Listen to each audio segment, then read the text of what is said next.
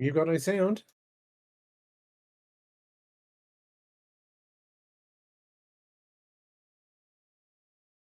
They can hear us, they just can't hear. Yep, the other one. Hey! Who'd have thought that There we go. Who'd have thought that OBS would have defaulted my microphone? Who'd have thought? Who'd have thought? While I was not here for like 5 minutes or so.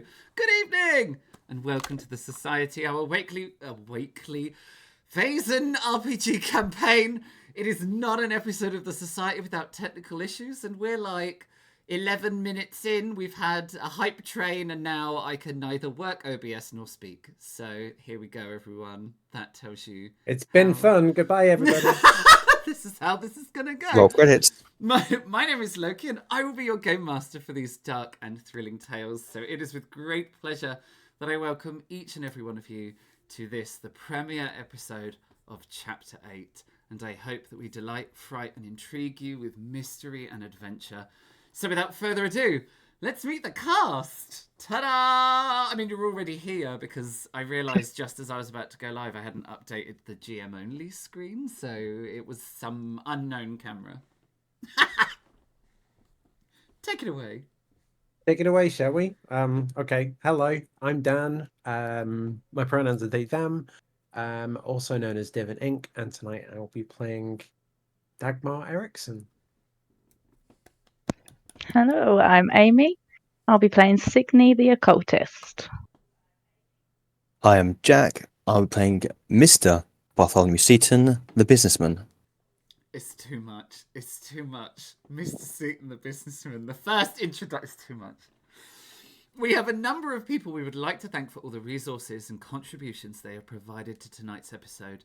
The link should appear in the Twitch chat or in the details below if you are catching up on our YouTube. Our virtual tabletop tonight is the incredible Roll20, featuring their dynamic lighting feature and built-in character sheets. Go check them out at roll20.net. Our virtual dice are rolled this evening. Wait, hang on. I just buggered that right up. No, that was right. That's right. Got you. No, I got it. Our virtual dice are rolled this evening courtesy of 3D Dice, using a recreation of the official Vaesen dice by Handa. In addition, our battle maps were created using Dungeon Fog and all the amazing assets there. Yes. I can read. But can Signy? Our character art was created by the extremely talented Shusha, who you should go check out on Instagram at ShushaUK. That's ZSUZSAUK. Our game tokens and dice roller tokens come from the Vaesen RPG rulebook by Free League and from the artist Johan Egerkrans.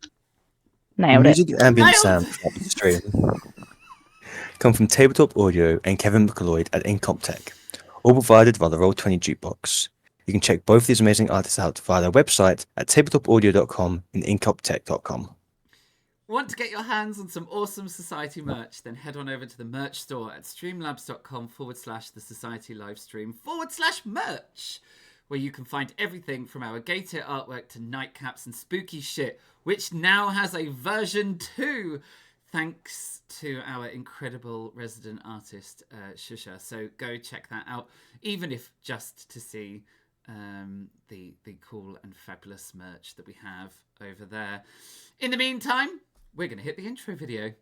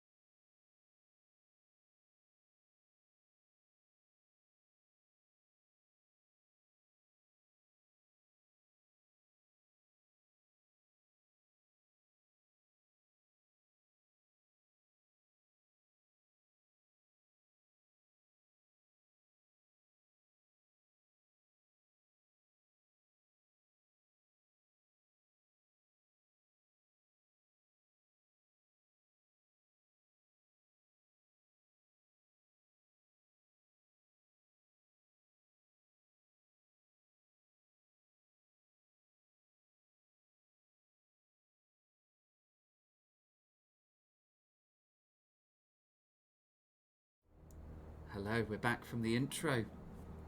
It's us. I've completely forgotten what I was going to say, so I'm just going to sit here very calmly and look like I'm just taking a little pause while I A panic. dramatic effect. A dramatic effect. Alrighty, let's get ourselves underway, shall we? Chapter 8. Can you believe it? Here we go.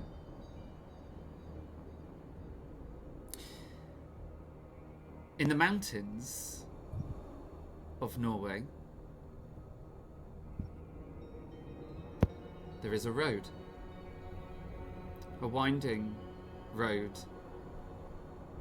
It's a lifeline, for it connects town and village together.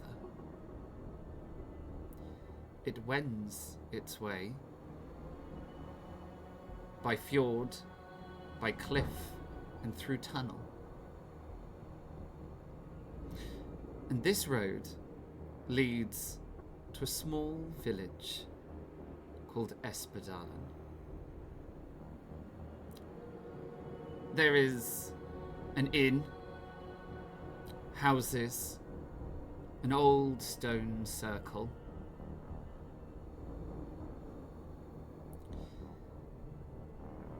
And it is there that you can find Helvete.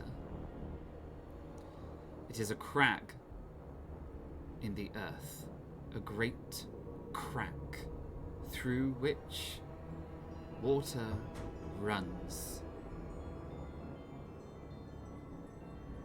It is dark, it is dank, and it is dangerous.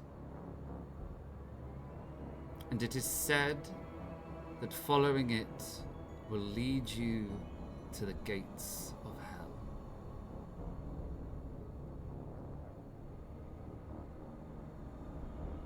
It is at the end, at the very gates themselves, that we start our chapter.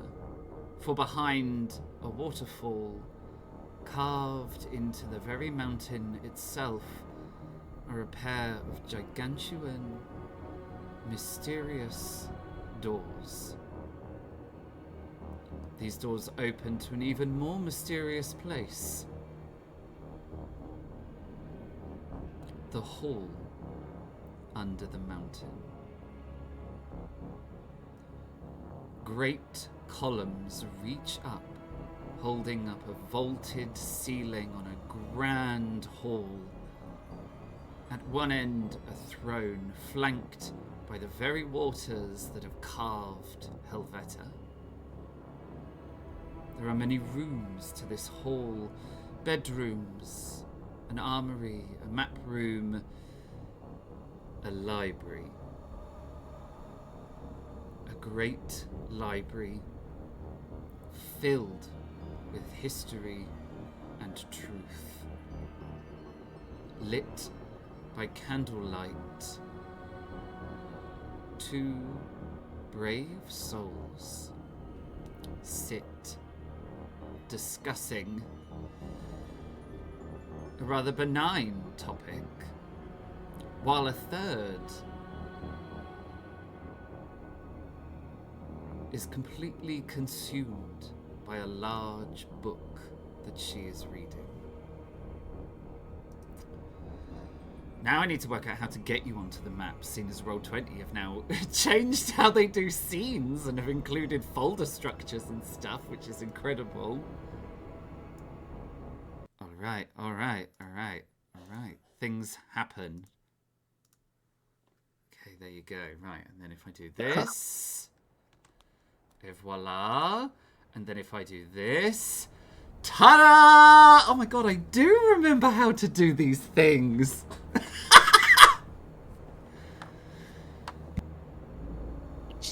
Mr. Seaton and Signy are sitting in the library along with a new face.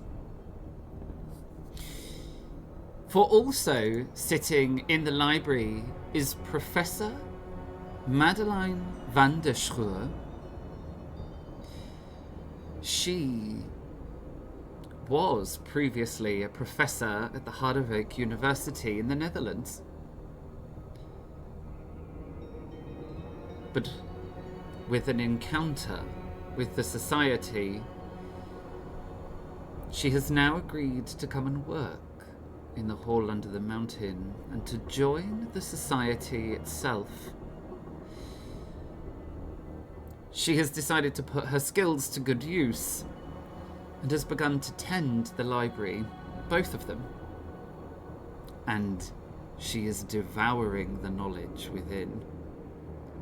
Strangely as well, on her arrival, the hall under the mountain provided her with an observatory. An observatory that lets her look out at the stars.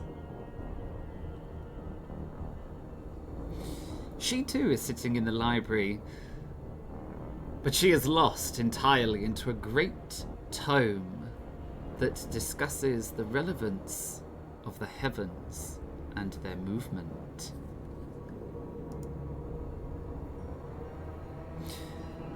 Unbeknownst to those in the library, and even to themselves, out in the hall, underneath one of the great tables, is a sleeping figure.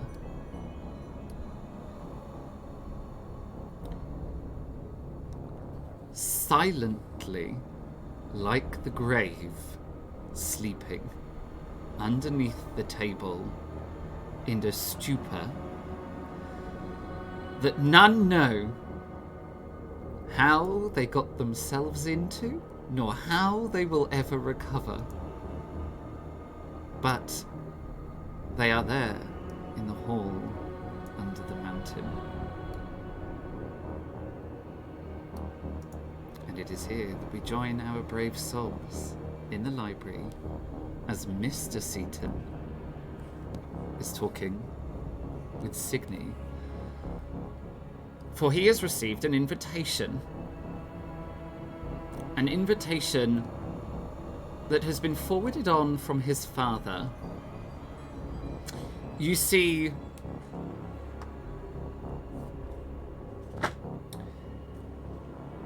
the Norwegian-American line, a new enterprise, a partnership between a cruise company and shipping lane ownership in Norway and America,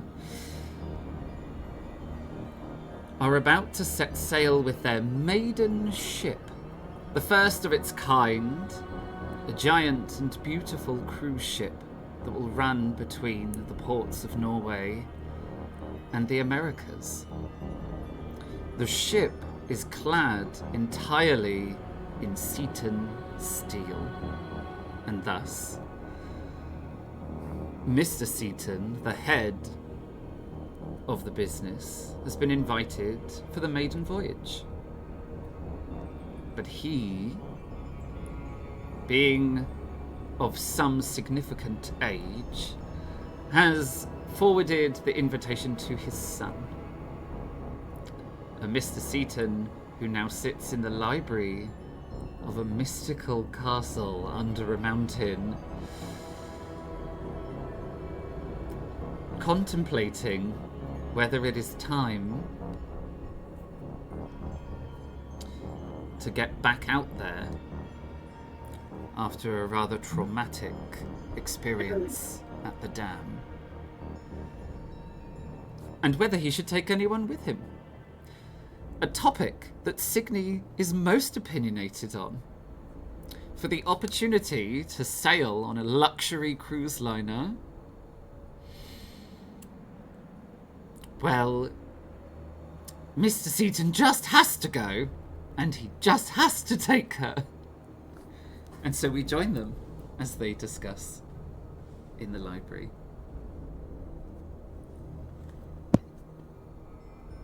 It could be a very boring affair. I do trust you on that one. There'll be times where it's just going to be a case of lazing about on the deck, not doing very much, drinking very posh cocktails. It's not... What am I saying? Of course it's going to be fantastic. You're going to want to come. And I did promise your mother that I'd show you the finer things in life. Well, then we're going. But is it time? Especially after the dam. My mind's been a little muddled since then. Do you think it's time? Yeah. How long have we been here? Long enough. Long enough. Feels like a few months anyway since we last got out. This place is cool. Needs cats. Cats. We need pets here. I've always found myself to be more of a dog person. Dogs, cats. Let's go! I want to see a big, fancy ship. It'd be one of the biggest. You are one of the richest. Well, that is true. There's only one person here, I believe, that tops me on that mark. And that's inherited wealth anyway. Completely different Ooh. situation. Who? Yes, we're all dying to know who, Mr. Who? Seaton. Who is richer than you are?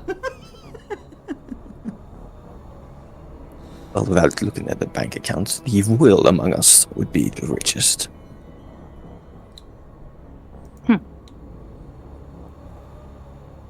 But we're going, right? Of course. You obviously so very safe. Who are we taking? Oh, good question. Who's a... I don't think many people are about at the moment. Yeah, it's just the two of you. Oh, and the professor, but she's only recently arrived, along with, I must tell you, along with a gigantic mirror that was gifted to Lily, and she has had it put here in the library. So where you are sitting, it's actually right behind you. It is here. It is right there between those two columns. This mirror is... It is an absolute mystery. But if you stand in front of the mirror and stare at your own reflection, what you see behind your reflection is not this room. It's another library. And if you sit long enough and stare at yourself... We've lost you. I didn't hear a word of that. Oh. Oh, there you are. No, you're back in You're again. back. Oh, I'm in, I'm out, in, out, in, out. Shake it all about. This giant mirror, when you look at your reflection in the mirror, it is a completely different library that is behind your reflection. And if you stare at your reflection long enough, you seem to switch places and appear in said library. It's weird. It's a very strange and unnerving experience. Is it like an extension to the library? Is it? Please don't say when you open the books on the other side, the words are all backwards as well. It is actually... No. It's like a completely different library. Utterly different. It's not in the hall under the mountain at all. It's like in a cave. There is a library. There is an occult room, a bit like the library you have here, except this one's much smaller. And there is a pool. Just a cave in the middle of which is a pool of water. I imagine that everyone who is conscious will have taken a moment to go and kind of look around the place. The pool is unnerving because if you look into the pool, it shows you things about yourself and your past and other such things, most of which are a little alarming. Cool. So at the moment in the hall under the mountain, there's no one other than the three of you? Other than you two and the professor, there's no one. Oh, and probably Gator is here somewhere. She seemingly always is. We're not taking the boring book lady, are we? I feel that her studies have her pressed to that book quite firmly. It's So not loud. a secret. I mean, we could always invite Gates here. That could be quite funny.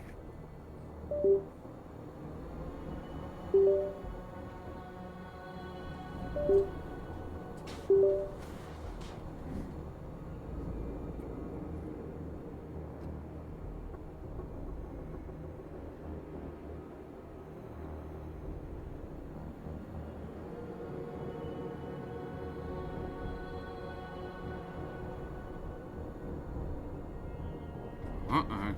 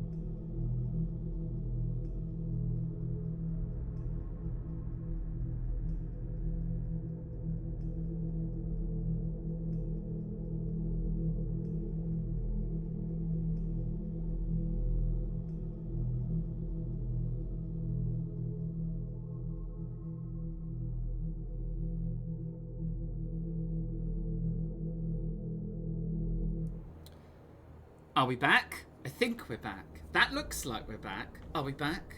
Chat, can you hear us?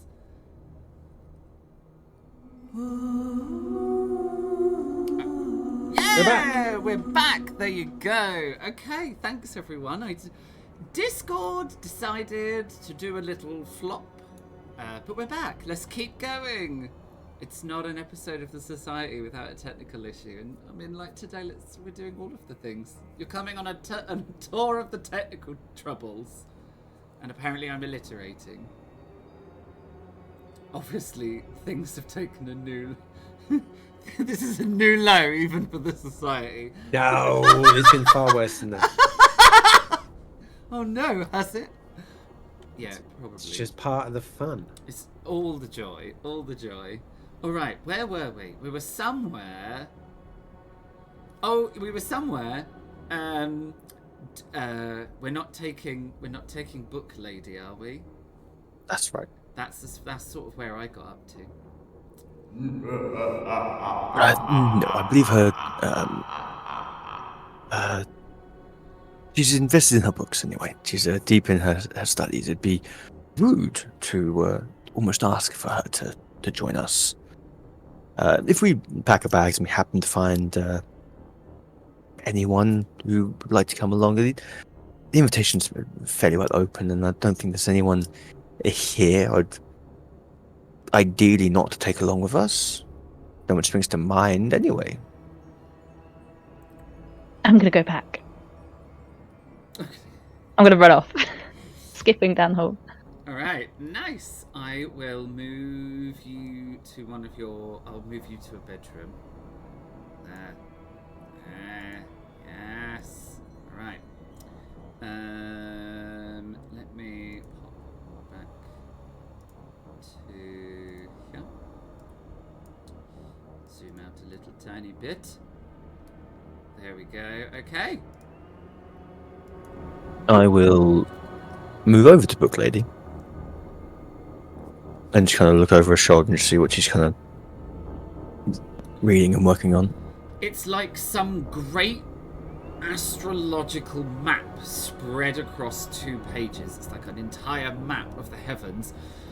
But there are all these lines and angles drawn on it and all of these numbers, and she seems to just be poring over it. Like she hasn't heard any of the conversation. She doesn't even notice that you're sort of standing, like looking over her shoulder at the book.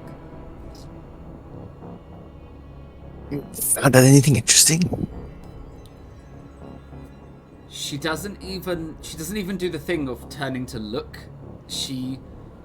Her eyes never leave the page, and she says, "Yes, oh, absolutely. I never in my wildest dreams did I think that there would be books like this, let alone this many of them. There is so much to learn here." There isn't there? And not even I have been able to get through most of the books here. Well, it is a good undertaking, and I'm ready for the challenge. Or at least I'm going to try, although I don't know how many of... Well...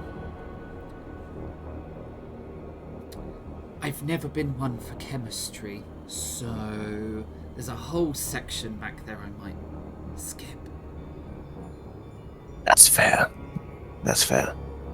I see astrology is more your suit. Astrology, astronomy, the stars. It fascinates me. The heavens, I mean, and our place in them.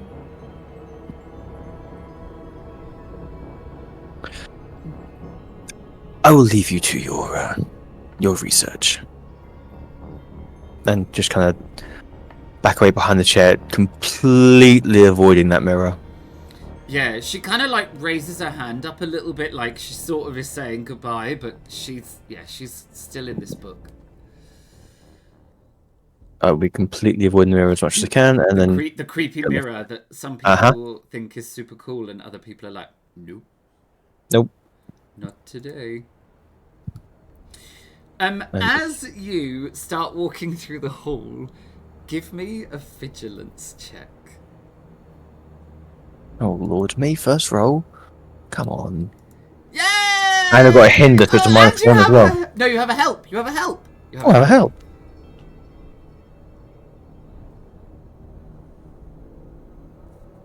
Ooh. Okay, 2 successes. Nice. All right. So, as you start walking through the hall, you are immediately,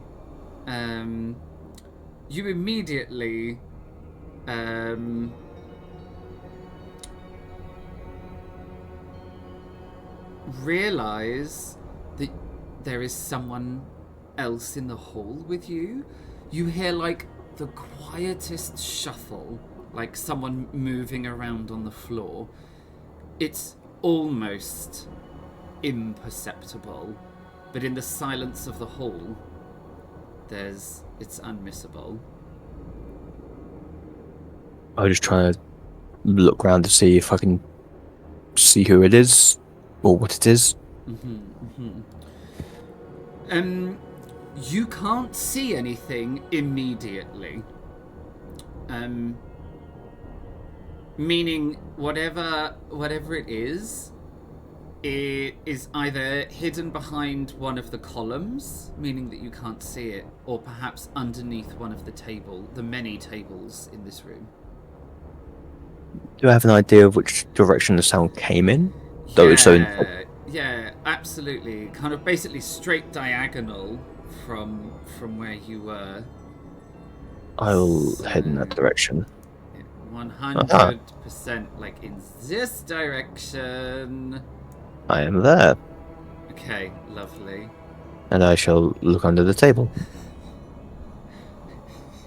Under the table you will find Dagmar, who is seemingly in the process of returning to life.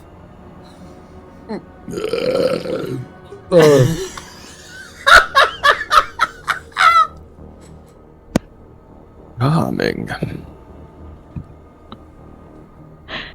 No, Max, that's not how you play Dick Dick.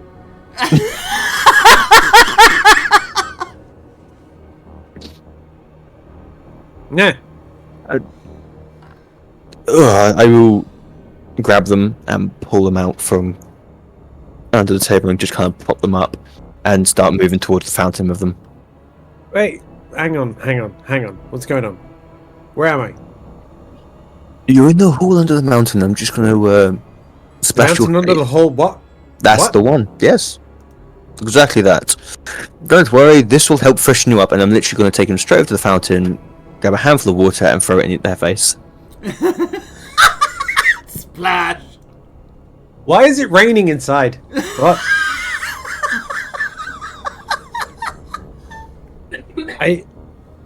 Wait. Colonel? No, Mr. Bartholomew Seaton, the Colonel was my brother. Are you sure? Pardon. You look like the Colonel to me. People did say we looked very similar when we were growing up. Okay. Well, Colonel. Not Colonel. Not Colonel, Colonel, not Mr. Colonel. Just Barty. Just call me Barty. It's fine. Fine. Okay. Barty. Barty, I can do that. Right, good. Where are we again? The hall under the mountain. Yeah, right, okay. Why? Because we are in between tasks and missions. Last thing I remember, I was on a train. And that would have been Spooky with train. me, yes.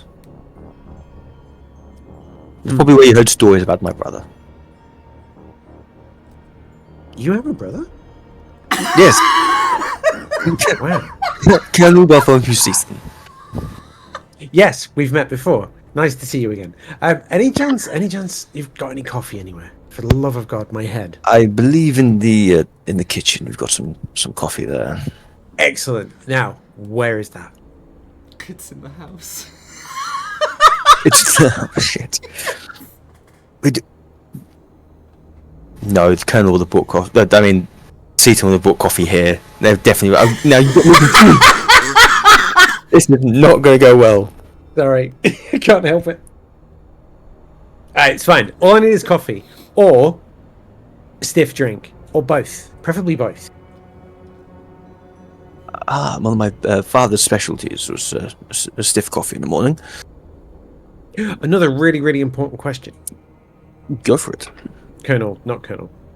Barty. Barty. I appear to be missing a shoe. Where is that? I feel wherever you left it. Well, that could make this difficult. Anyway, that's a future problem. Right. Lead on. I'm following you because I'm lost right now. I will head back to my room because I'm pretty sure I've set myself up a kettle for coffee in there with some very expensive brandy. Absolutely. Whichever room Pick any of the bedrooms, right? They're very transient in nature. Incidentally, GM, I can't see anything in roll 20. Oh, this looks like my room. It's got a nice tiger rug. It's lovely. One moment, please. I thought I was just playing the part of being blind and unconscious. And I thought I was playing it very well in roll 20.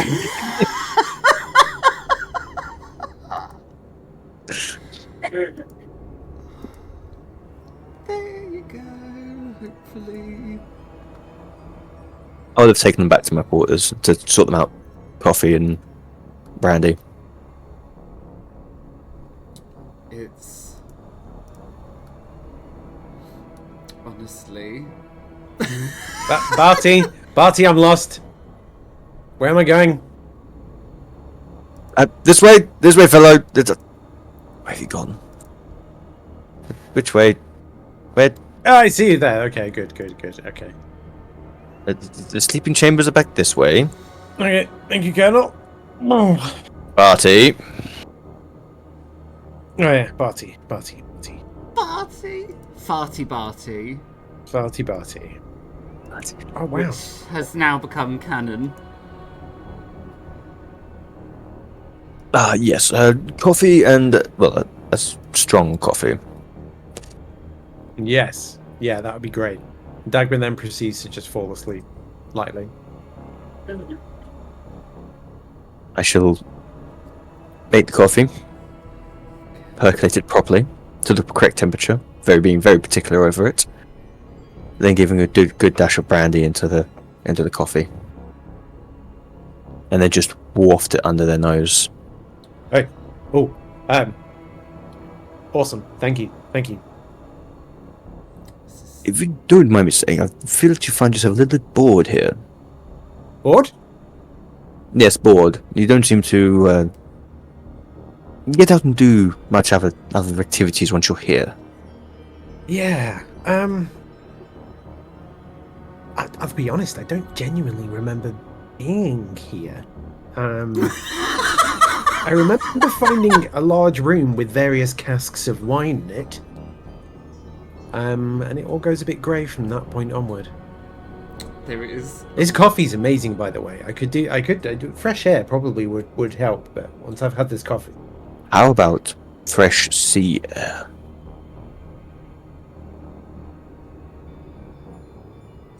If you don't mind me saying, I feel that you need. Beach?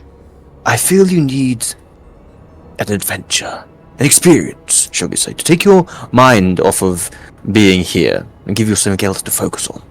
Will there be breakfast? There will be a lot of breakfast, a lot of lunch, a lot of dinners, 11s, all the food and alcohol you could dream of, all on the biggest Seaton Sea liner you have ever experienced.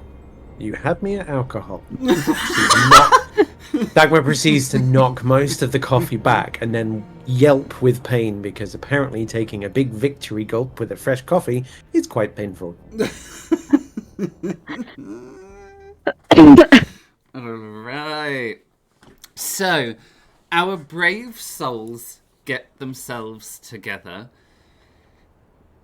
Signy and Mr. Seaton pack their luggage.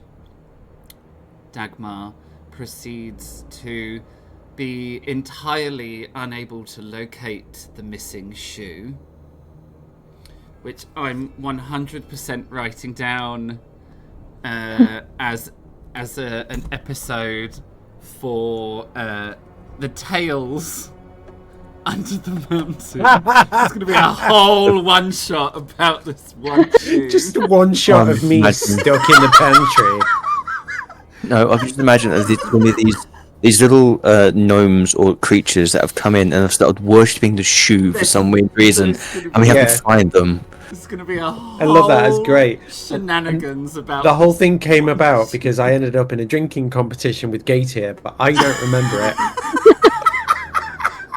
She's cheating because she can breathe underwater. Yep. Yeah. Oh, it's beautiful.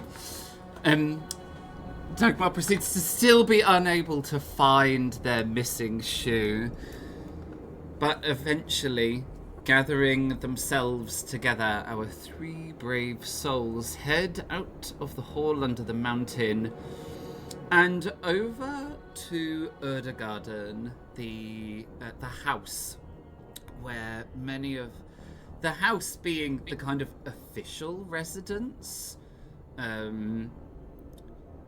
There is all the things that you would need. There's a kitchen, there's a well, there's places to clean clothes and do all the sort of things that you would need to, which the hall under the mountain doesn't necessarily have, bearing in mind it doesn't have a kitchen. Erdegarden is also where all the post goes to, and so it is a well-frequented location. It's also where the carriage will pick you up. The carriage, which is arranged to take you to the train station, from where you will take a short train journey to Bergen. Bergen is a large port city, and it is here that the SS Kristianiafjord, what a name, is currently harboured. During your journey to the ship, and during the time that you take to pack and get ready and try to find the missing shoe, etc., you are able to prepare yourself for the adventure ahead. So you can think of an advantage that you can gain, and it will be something along the lines of using the... you might use the weapons corridor, Mr. Seaton, to attend Do nothing. I don't do to weapons. nothing! Apologies, we have a shapeshifter upstairs, so one of us will have to Not disappear. a changeling. I'll be back. A changeling. There.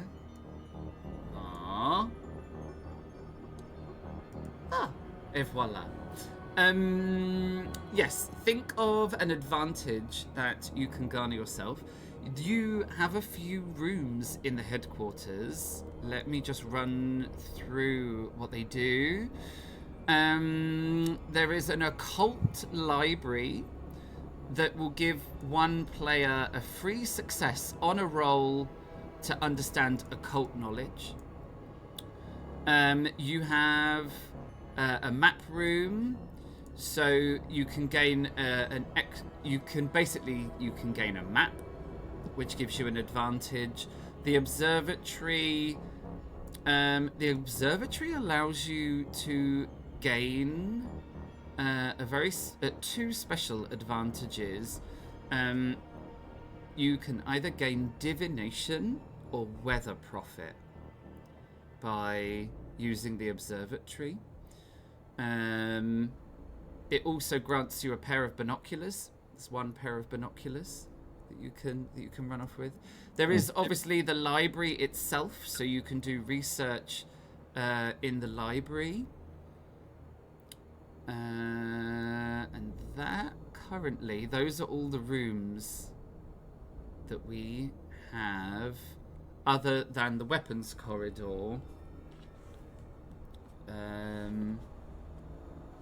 If anyone wishes to use the weapons corridor, that allows you... One moment, please, while I quick the weapons corridor.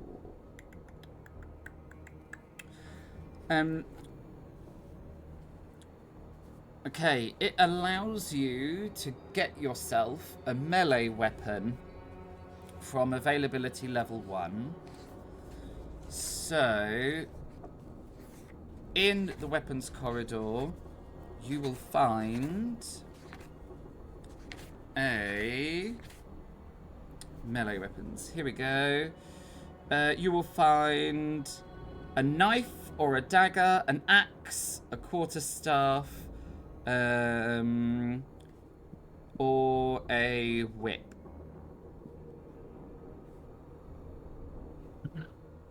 Is what you will find in the weapons corridor. Oh, So or these a are all spear. rooms. Wait, these are all rooms under the mountain, and we Yeah, can these are all utilize rooms. one. We Yeah. can utilize one for an advantage in this chapter. Yes. Yeah. And then basically what you do is you get that advantage, and then you can keep it, and you get to use it at any point during the chapter. But it's one of those one-hit wonders. So once you've used it, you've used it. Or if you can think of something else that is something else that fits your character, you can kind of just say, like, I would do this. Like, for example, Mr. Seaton might pack his best suits, like the best ones, in which case that would give you an advantage on charisma. So then later on in the game, you would get an advantage on inspiration or manipulation. You could get one or the other in the future because of being sharply dressed. Well, the one I was going to suggest was, can I pay to get these two kitted out in all the fineries? So I've got my smart suit, but also get these guys dressed up to the nines as semi-entourage, and so that I'm not... Yep, absolutely, 100%.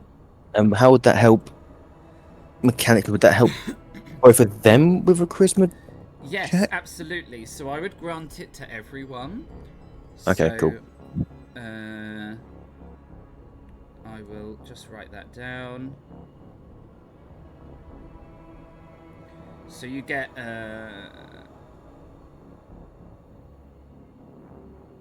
okay, so on your character sheet, you'll see that there is a little section called advantages. It's on the left-hand side of equipment.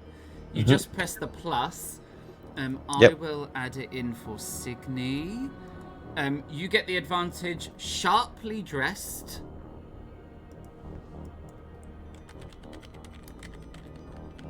Which gives you 1 automatic success.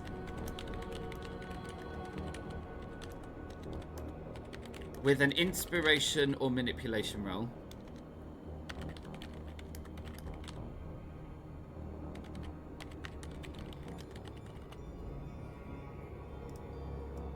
Alright, nice. Alright, that's your advantage then. That's your preparation phase, Colonel Seaton. Yes. Dagmar. There was one that resulted. I'm torn. I'm torn for Dagmar because there's one that's like for my character's personal reasons. Another. Would it be possible for Dagmar to do some research in the library based on what they'd experienced previously? Yes. Would that get them some extra info? Yes, and not only that, because you have a professor in the hall now, you automatically get successes on not just finding, but also understanding information in the hall. So Dagmar could fully go and find the professor and kind of use the professor's knowledge to get an advantage. So, what specifically would Dagmar look for?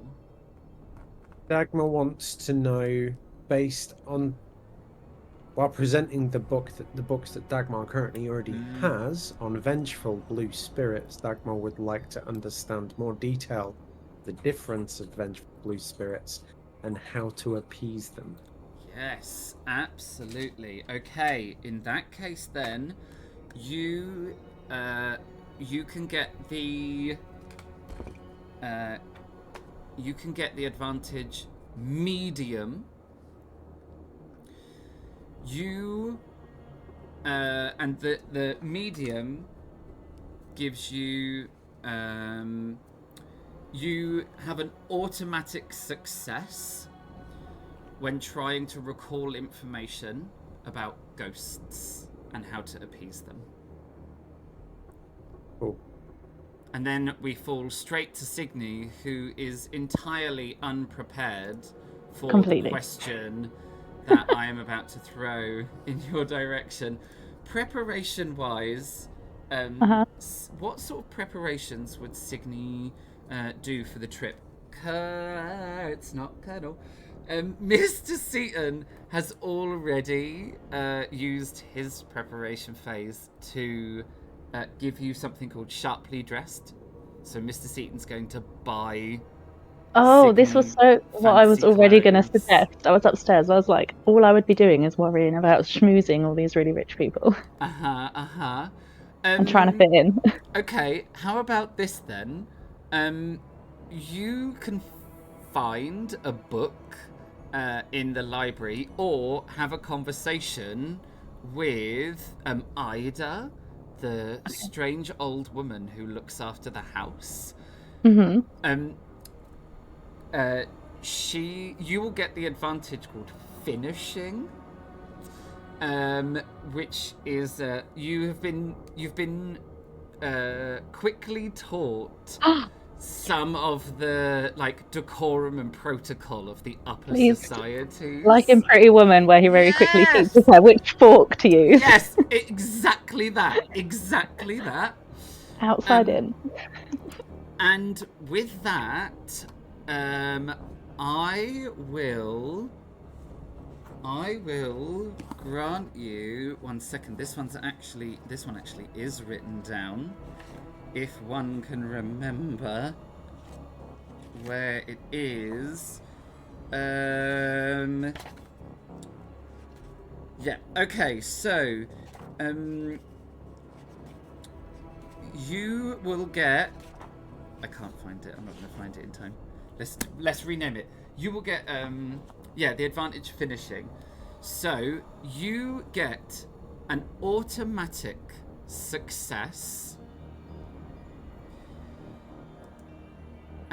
You get an automatic success when trying to fit in to high society. Nice. This could be used for any skill as long as you can explain how it would work.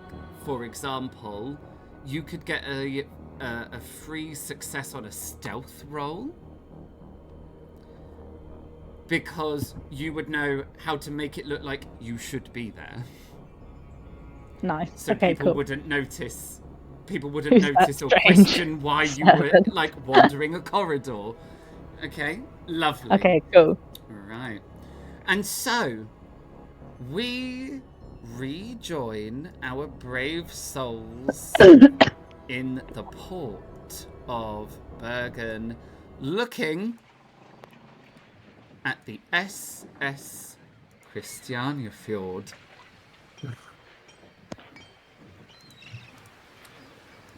And just for all of us super geeky tabletoppers who love all of these sorts of things, that is an actual picture of the SS Kristianiafjord, the first cruise liner in the Norwegian American line. That's right. This picture was taken in 1912. But our timeline is ever so slightly different. We run ever so slightly forward in time. But yeah. It's cool, right? Very. Nerd alert, says chat. Rude. Rude. Nerds! Get facted, nerds. Just kind of look over here. Isn't that beautiful? Whoa. I didn't realize you meant a boat. Ship. You are so rich. Yes. Signy's Yes, I like am. giddily, like dancing, like.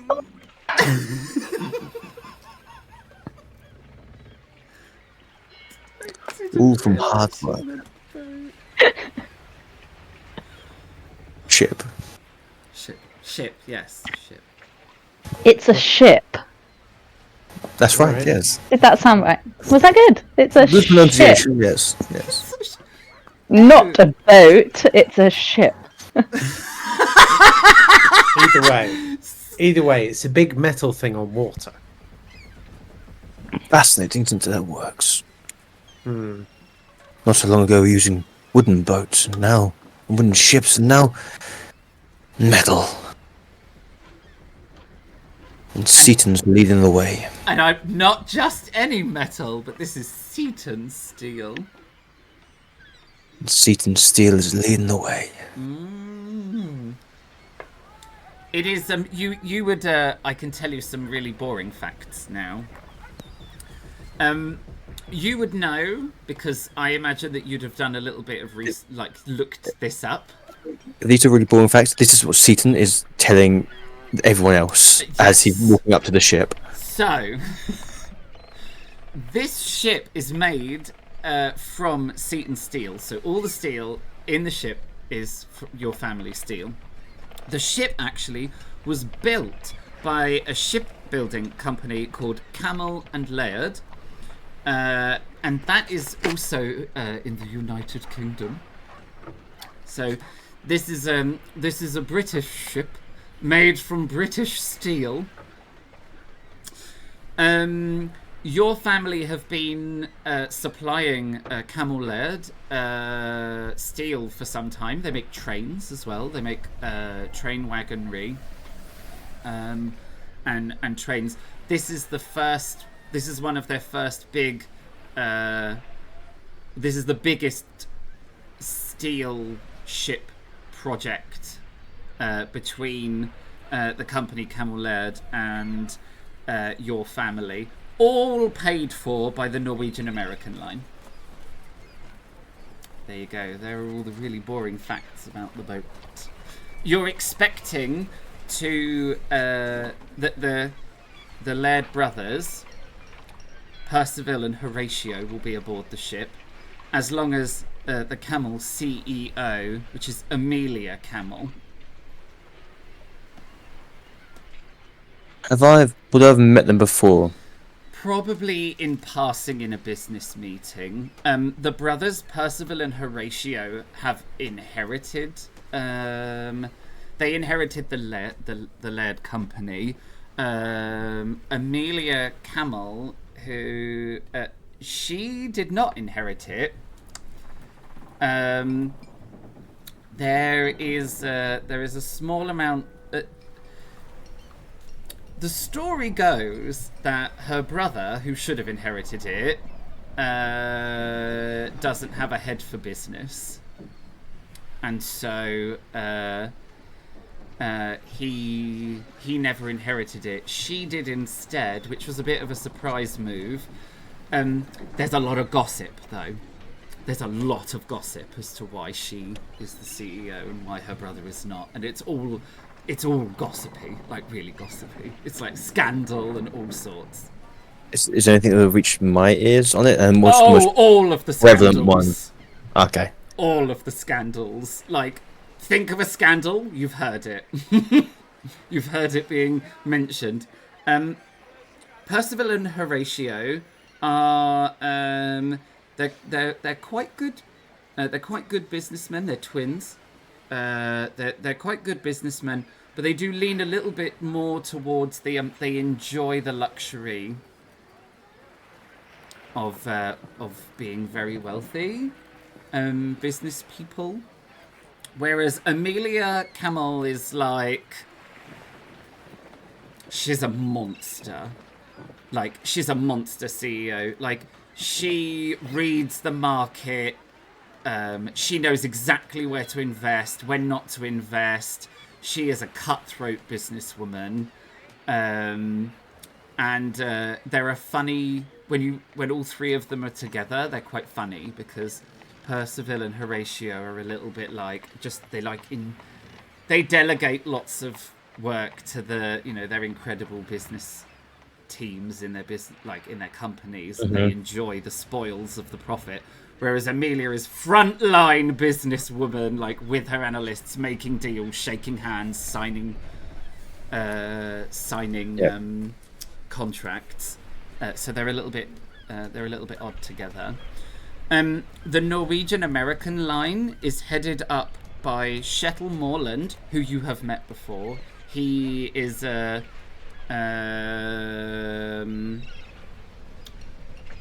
he has been in the shipping industry forever. Like, for as long as you can remember, he's been a player in the shipping industry. He ships to the States, whereas your company ships... The Seaton company ships a lot in between the UK and Europe. Shettle ships between Norway and the States. He has recently gone into business with a partner to create the Norwegian American line, which is this new cruise line company. Who's the partner? She's called Scarlett Pierce, and she's an American, and you have never met her before. And that's all the really boring. I'm so sorry, everyone, but roleplay games and boring facts. There has to be a moment where we do like backstory, tying things together / introducing NPCs.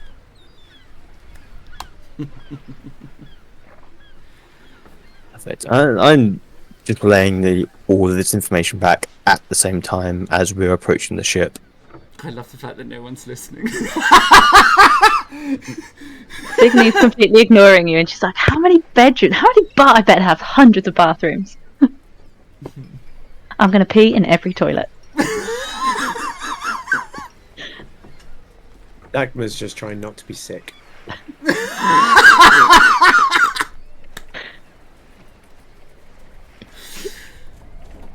It's too good. It's too good. And it's just regurgitating all this information.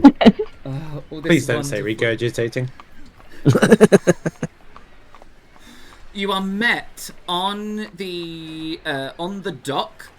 So as you approach the ship, you meet a security line.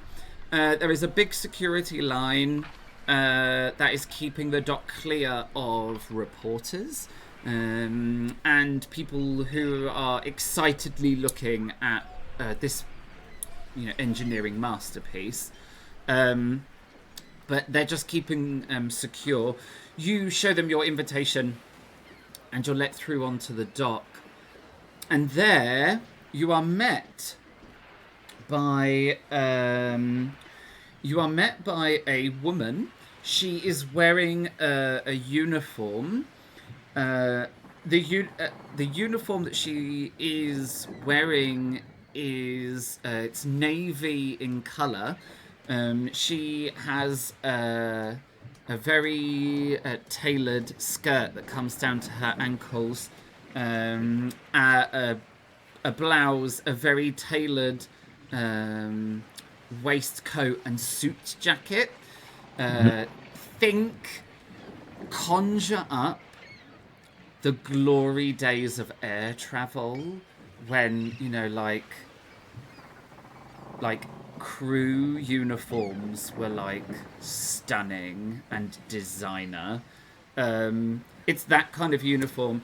She has long blonde hair that she has in a braid, and she approaches you and says, "Good morning. It is lovely to see you. Can I take your invitation?" Of course, certainly. Lovely. Mr. Seaton and guests, yes? Correct. Lovely. We have all three of you penciled in for first-class rooms. If you just leave your luggage here with our staff, they will make sure all of your belongings are taken up to your rooms. I've got the keys for you just here.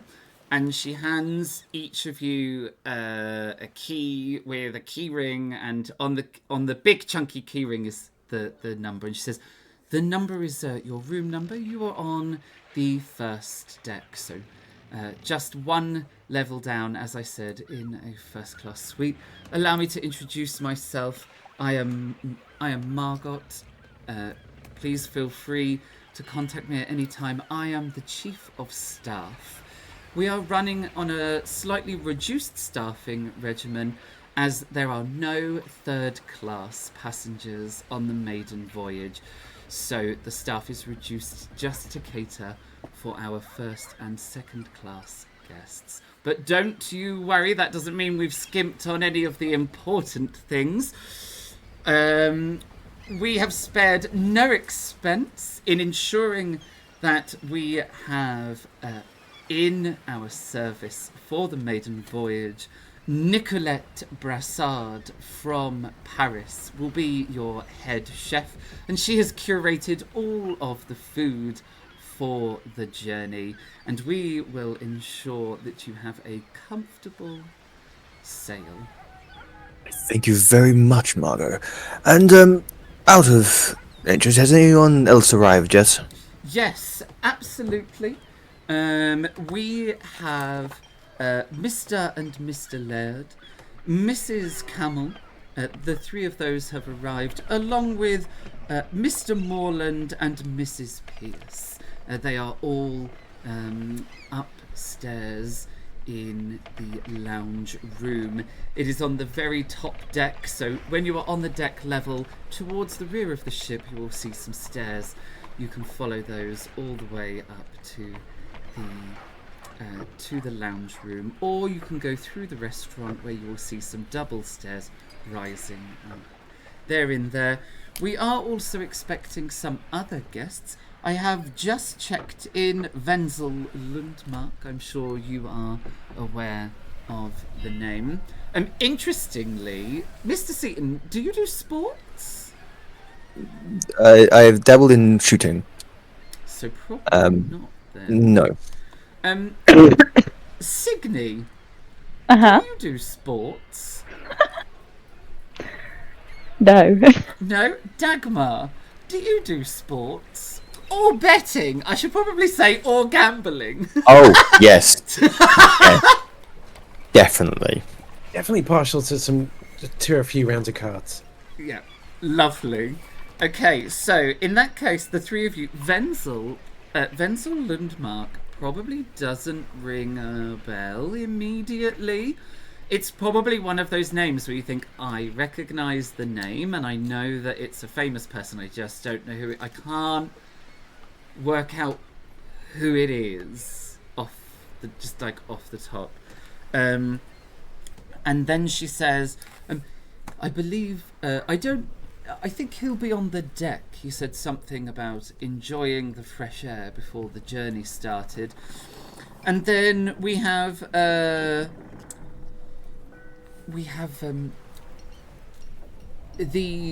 two leads from the Russian ballet.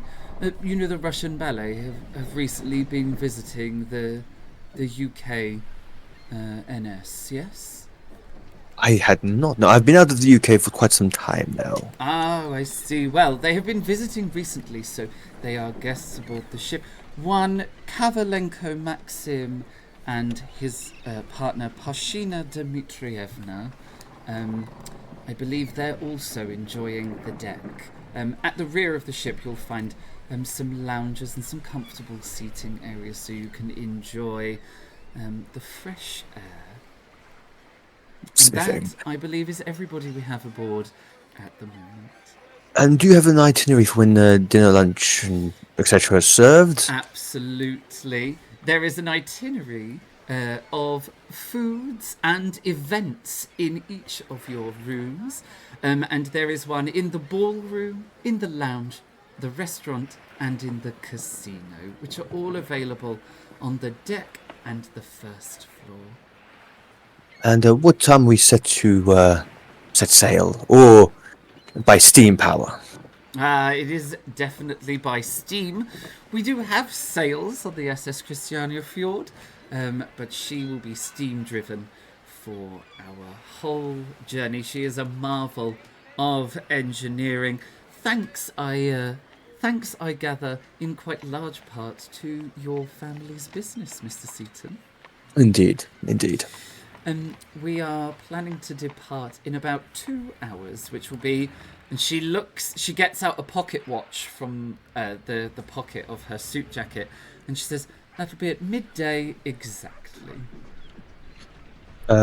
Seaton will pull out his pocket watch and make sure it's timed correctly to the time, so he'll just adjust it and time it. Mm-hmm. And then pop it back. Fantastic. I'll turn to my companions. So, where would you like to start? Firstly, I didn't know that your family business was pocket watches, Colonel Farty. It's Barty. Just Barty. Sorry, yes, Barty, yes. And a pocket watch is a staple for a gentleman's attire to make sure he is on time to each event that he goes to. That's why I'm never on time. Do I need one of those? No, a lady is expected to be with a gentleman who is, of course, on time. Wow! Right, that right there is some like hardcore bleed out from the UK. Wow. Oh yeah. Those of you who are not English probably will just roll your eyes at the patriarchy spouting from Mr. Seaton. A patriarchy that doesn't quite play out the same in our mythic North, as you will discover, because the captain of this ship is a lady. That's right. Fancy. Her name is Odney, which is a name I've decided that I love. Odney. Yeah, Odney Nilsson. Yes, Captain Nilsson, obviously. What time is it right now? 10 o'clock, bang on. So, I dramatically need to eat something before I was finding my about to room. say, it's definitely booze time, right? Breakfast. Champagne breakfast, right? The maiden voyage. I feel that is appropriate. And I shall lead the way. Your luggage is handed over to some porters. They take the luggage up a slightly smaller, less elaborate gangplank. You can see there are cranes on the ship picking up great pallets of supplies and putting them down into the hold, which is in the nose of the ship. There is a really beautifully decorated gangplank covered in bunting, and it has a canvas domed kind of walkway, and it's different stripes. So the stripes are blue and white stripes, along with the bunting that's all blue and white, and it's got painted all along the sides the logo for Norwegian American Line.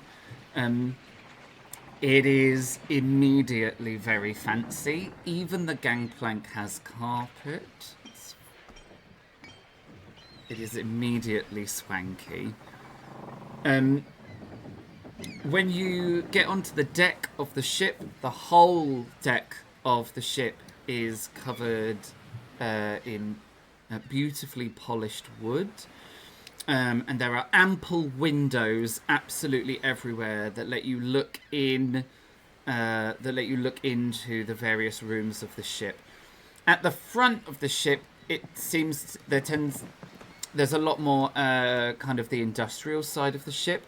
So you've got the capstans, the hold. There are various flues and little chimneys right at the front. Then then you've got the middle bit, and this is right in the middle of the ship. You have got at the front is the ballroom, followed by the casino room, followed by the restaurant, and then at the very back of the ship, they've got lounges and parasols. There is then there's one level up, and this is where you can see the crew deck is. There's one big, long, square bit at the front, and you know that is where the crew of the ship is. So the captain, the helmsman, the first mate, and the other various crew who are going to sail the ship. Then on that level then are the big chimney stacks and the lifeboats, and then at the back there is another room which is almost entirely windows, which you know to be the lounge, and there is a stair that leads you up to the lounge, and then there is a stair that leads you down to the first floor, the first sort of actual inside the ship deck. This is where all my ship words disappear out of my brain, and this is where all the bedrooms are.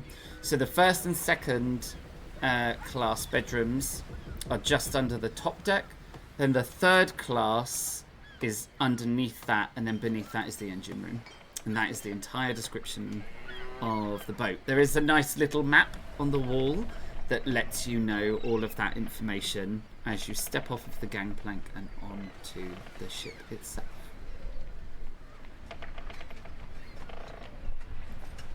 So, let us head over to the closest place we get to a bar. Why don't you have third-class passengers on your ship? This is the maiden voyage. We are not here to transport people just yet. This is for, shall we say, well-established genteel to mark this monumental occasion. Mr. Seaton is such a dick. This This version of him is, basically gives this Oh my raised God. eyebrow, fierce dagger glare, but doesn't say a word. Mr. Seaton over here. This is the different version of him. Absolute snob, I adore you. Uh-huh. Okay, Wow, the closest right. place to a bar is the ballroom for sure. Now let us head there first then. Right, head to the ballroom. One moment while I plonk you all. I will put you right by the doors of the ballroom. And I need a signal. I will say as we walk in, I do hope that the Russian ballet do decide to perform. As we have the ballroom here, that would be something to experience. Well, you know, and I'm going to be like doing spins in the ballroom. Me and my mum could put a great show on for you here. If you gave us a stage here, I could do some smoke. It would be so good. Everyone would love it. This is true. Seances are a great fad at the moment that people are absolutely loving. And would really sell in a ship like this. Next time I write to her, I'll let her know. Oh, that could be a good channel of employment for her here, yes.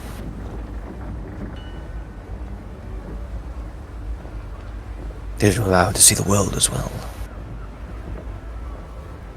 Welcome to the first of our maps. I was already at the bar. Yep. We call Thingy's this just like efficiency. twirling. Just twirling. So the ballroom is mostly windows. The windows are the ballroom is quite high. It's slightly higher than all the other rooms on this level of the ship. So if you imagine you've got the ballroom, which is sort of height and a half, And then right above that is the crew deck. So the crew are slightly higher than everything else, so they get obviously an unimpeded view around the ship. And right in the ceiling, there is a gigantic chandelier. It's not a true chandelier. It is rings. It's concentric rings that get slightly smaller as they come into the middle, but they're solid rings and they're all fixed to the ceiling, so that it obviously doesn't swing and any of that. But it is still covered in all the beautiful crystal drop works, and it is beautifully lit from the inside. So it does look like a stunning, gigantic chandelier hanging right above the dance floor. There's beautiful red seating all around one side, and there are 2 bars. Seaton will be examining everything to make sure it's up to scratch for where it should be for the amount of money that's been spent. So checking the floor, making sure it's nice. He's a little bit disappointed that it's not a proper chandelier, not really understanding how ships are meant to work. But it's still beautiful.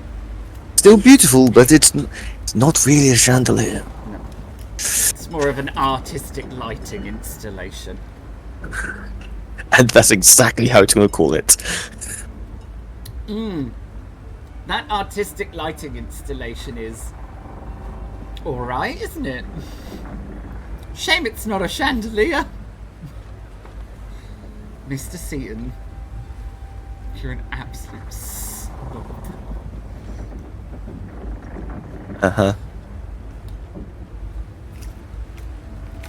Dagmar, behind the bar is like a big wall of bottles.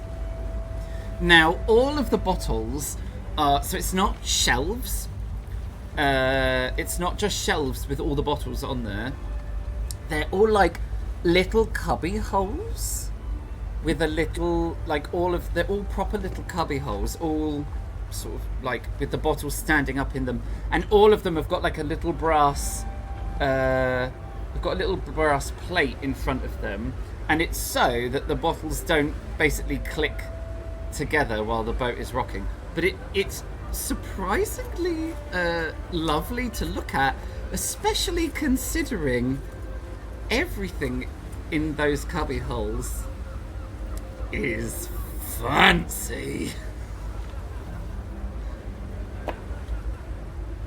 And there's everything you can imagine. Well, first question Dagmar's going to have of the barman is, how is the drink system working? Is it an open bar, or are you taking a tab? It is an open bar. There is no tabs on the maiden voyage. Very well. Do you have any coffee back there as well?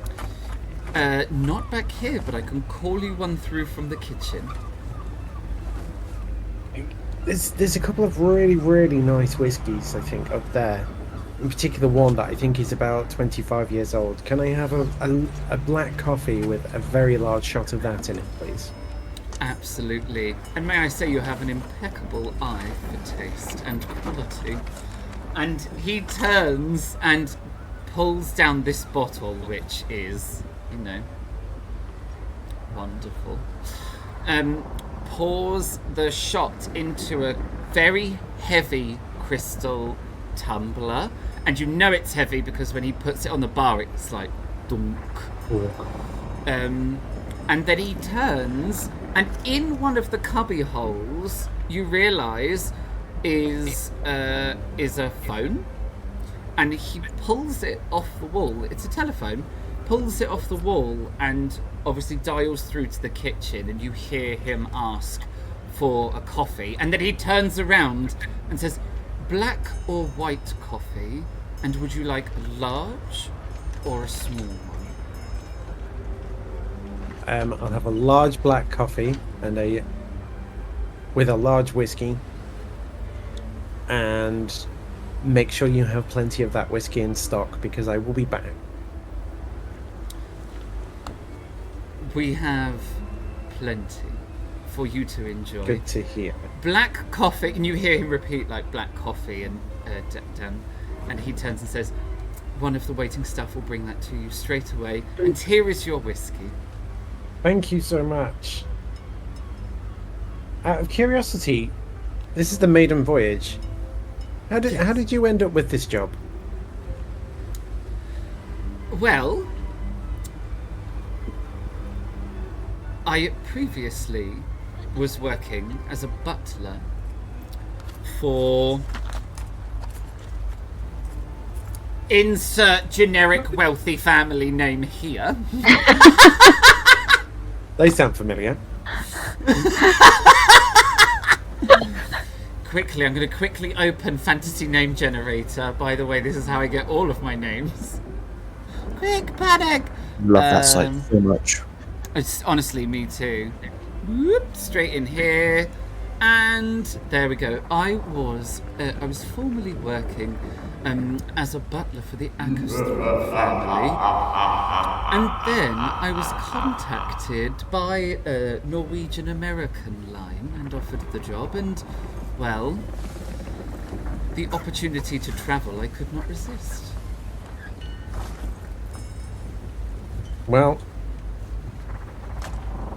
you're already doing a fabulous job behind this bar from what I can see, so I look forward to coming back and finding out more about you and your staff's lives later, because I'll be honest with you, these are not my kind of people.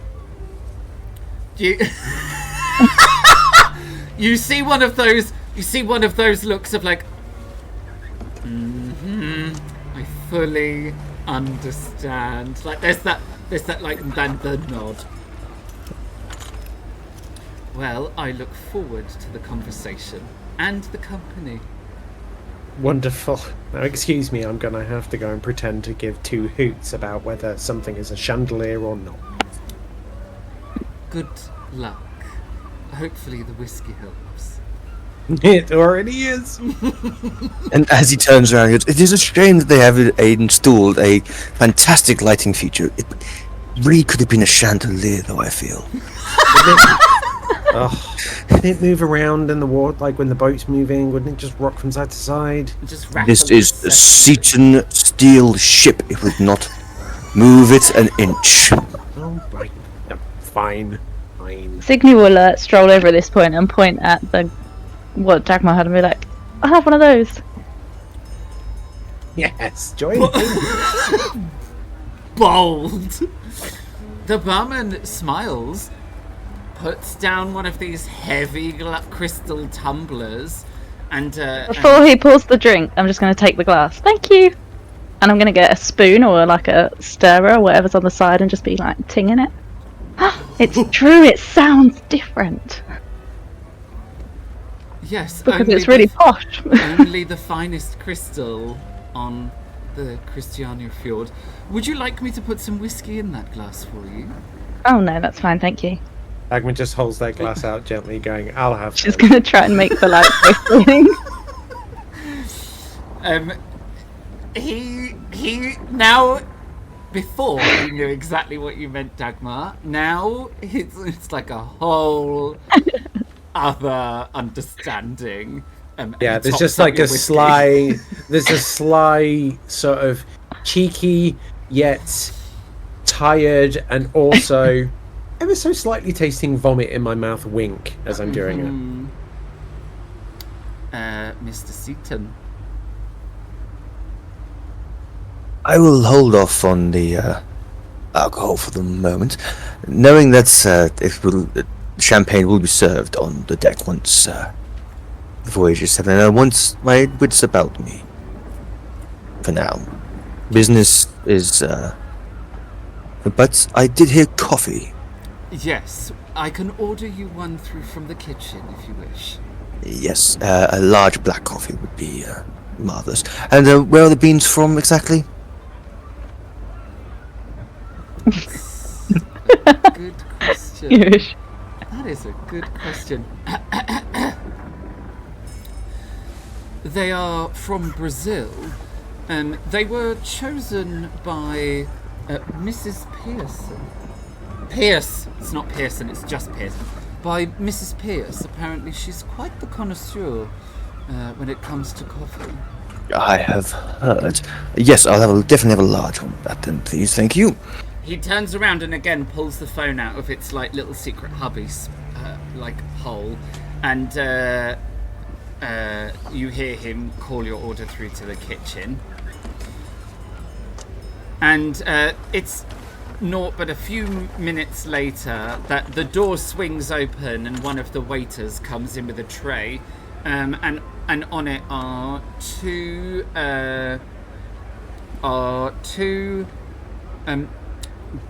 bone china. I mean, they're not mugs, right? It's not a mug.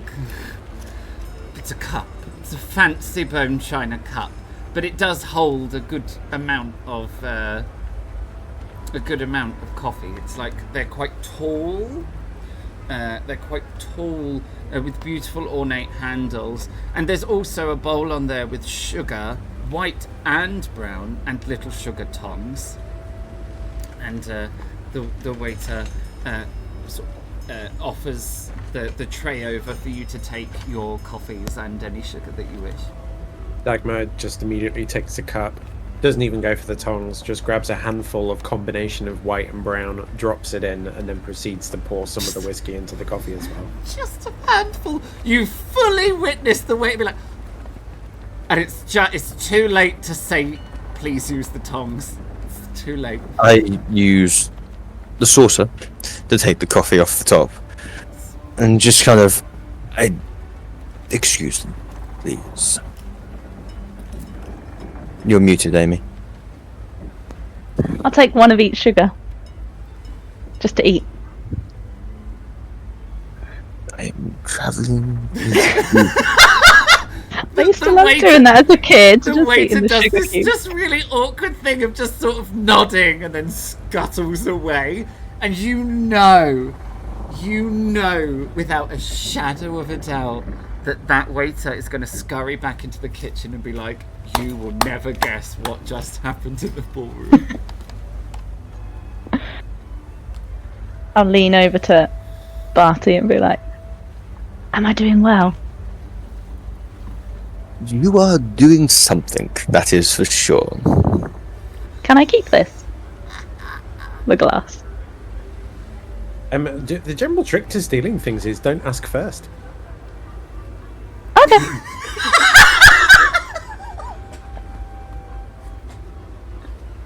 It's covered. It's fine. It's absolutely fine. It's all covered. It's covered.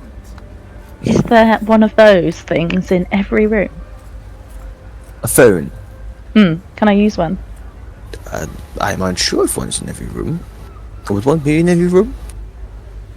Ooh, it is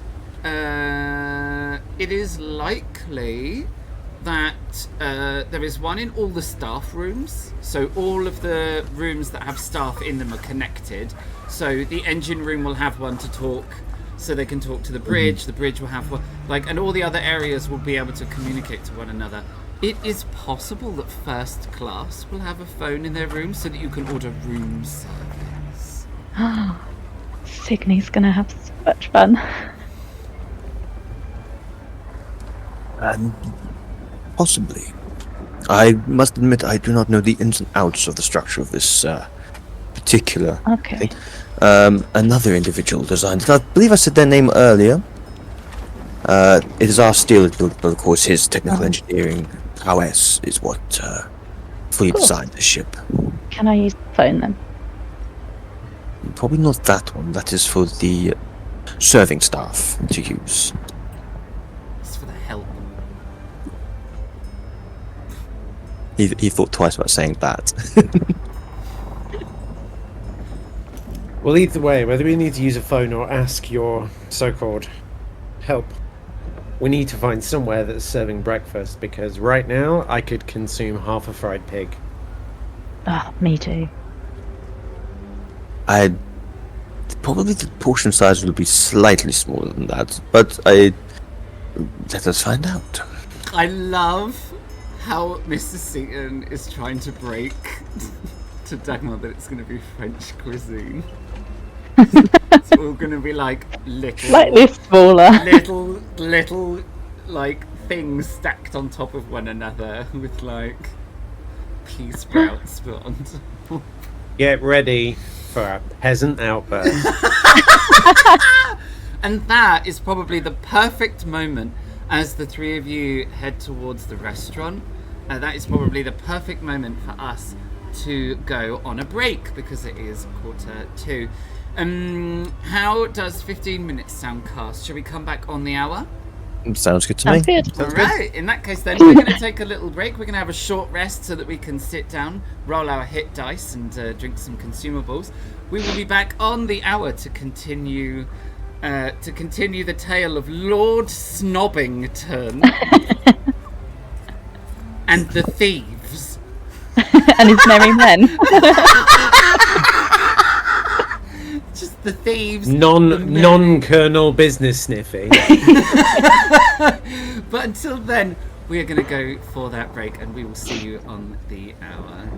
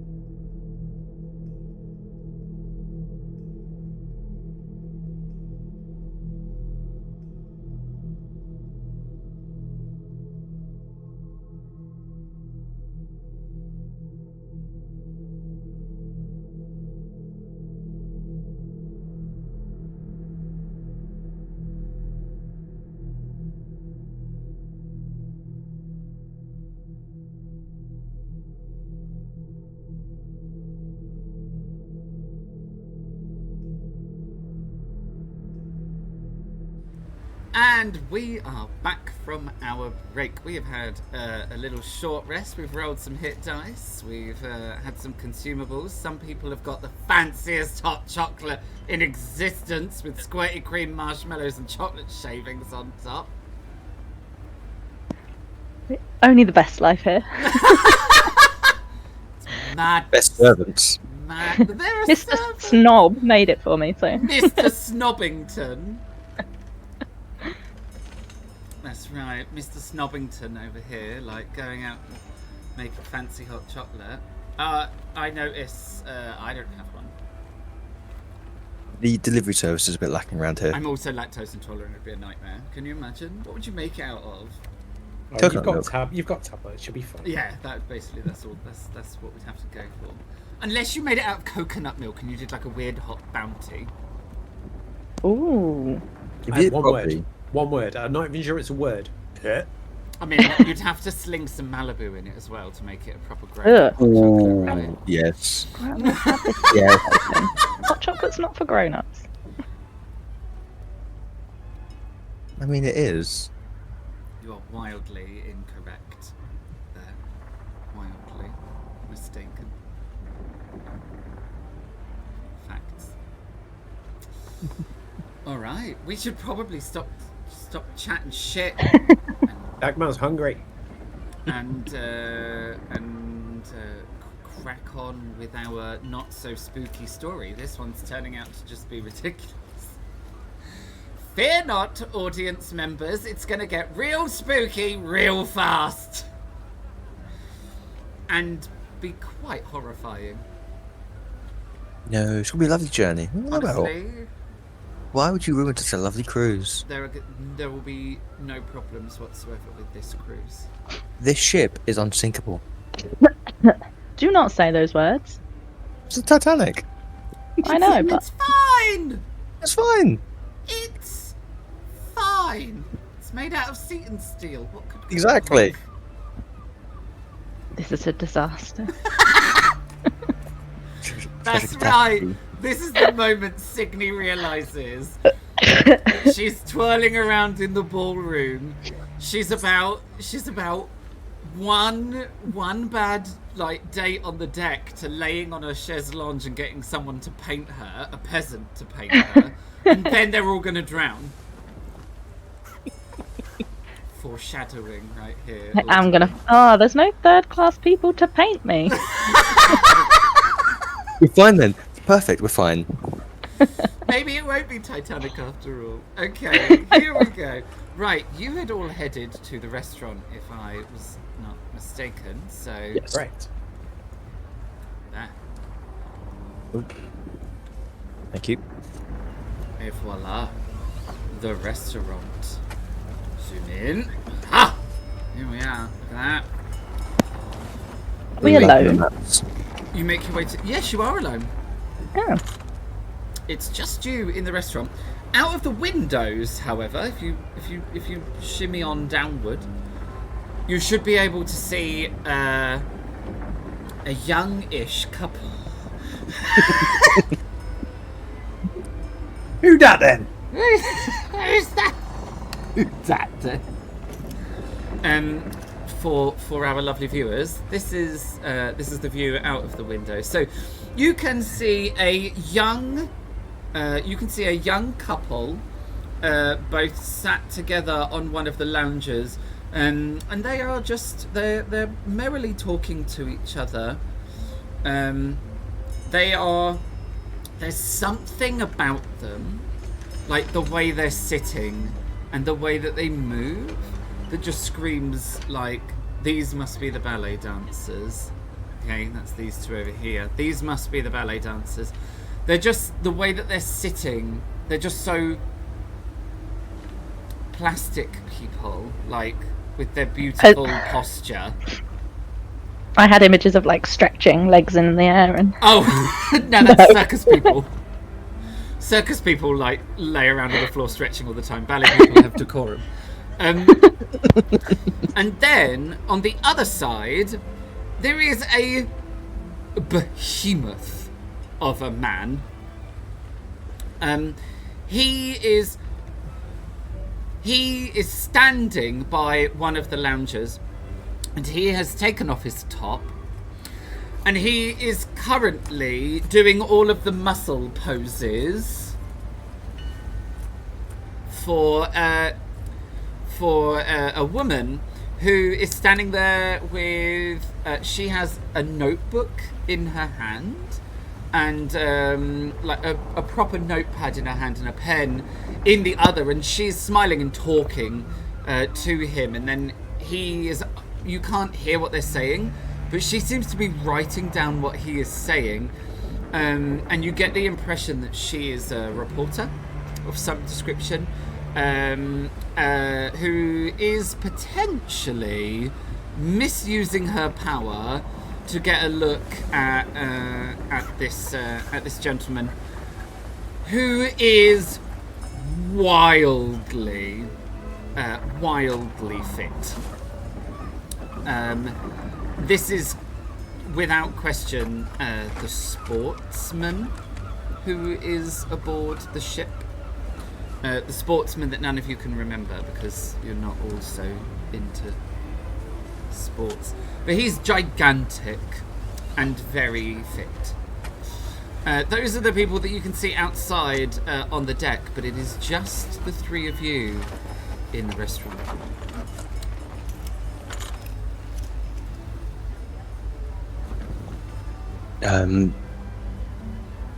I will check my pocket watch to make sure that we're not going to eat into the departure. Yeah, I mean, you've still got about an hour and a half at this point. Like, it really only took you half an hour to get drinks. Like, get on the ship, grab some drinks, get to the restaurant. Fantastic. We should have time for a good appetizer before the maiden voyage just set out. You have menus in front of you, and the menus are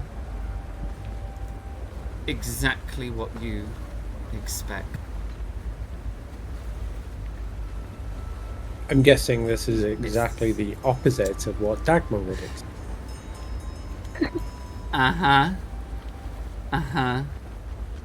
It's like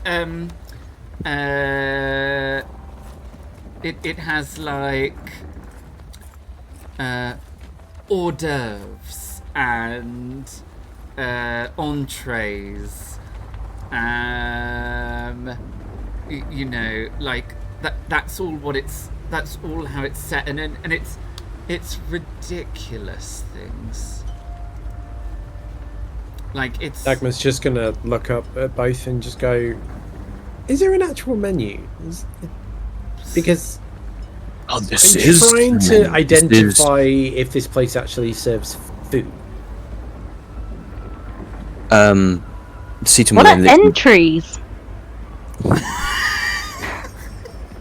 Can we try those? Seaton will then start to explain what the menu is entailing. Ooh. I think they'll just do me some bacon. So is it like order one of everything and then just like... Can I just the chef that we have here is of one of the highest qualities. Her platter is utterly divine. What she will put in front of you will be tantalizing beyond belief. If you tell her to do bacon, she will give you a masterpiece on a plate. A true work of art. I mean, that sounds very appealing to me, so... Yeah, there's things like there's things like amuse-bouche. Oh, Signy would like, so order that. There's like a selection of amuse-bouche and entrees and all the sorts of things. And the menu is ridiculous, right? The menu is all sorts of ridiculous. Colonel, you're not the Colonel. That's your brother. Mr. Seaton, Mr. Snobbington, I should say. Mr. Seaton, you nod appreciatively at this very fine menu. Signy, I imagine that you are looking at this menu and just being like, yeah, basically. like it's exactly the same as like if you go to one of these fancy restaurants, like anywhere in the world, where you end up looking at these things and just being like, I don't know what that means. It's a French word. Basically, and then you just have a bit of fear when you order it because you're not really sure what's coming. It's a French word. And you find out it's like snail. Yeah. But you're like, you just don't know. You're just like, what is it? Yeah. What is it? But Mr. Snobbington is there to Explain the finer to help details of such explain the things. finer details. Dagmar's given up on the menu entirely and is just going to ask for what they want. The waiter comes out to the table and starts and asks what everybody wants. I imagine that the Colonel and Signy order off of the menu, and Signy does that really cute thing of reading out the menu as is written. As is written. So, like, you're like, oh, I'd like one of the entries, like, Definitely. etc. And then the Colonel orders, and you both order something like a little selection of breakfast appropriate things off of the menu, and then the waiter turns and looks at Dagmar expectantly. Dagmar just closes this menu, places it down, and goes, if you could, if you could ask the chef, I would like some toasted bread, some eggs, a few rashers of bacon burnt to a crisp, a blood sausage, and a cup of warm dark ale.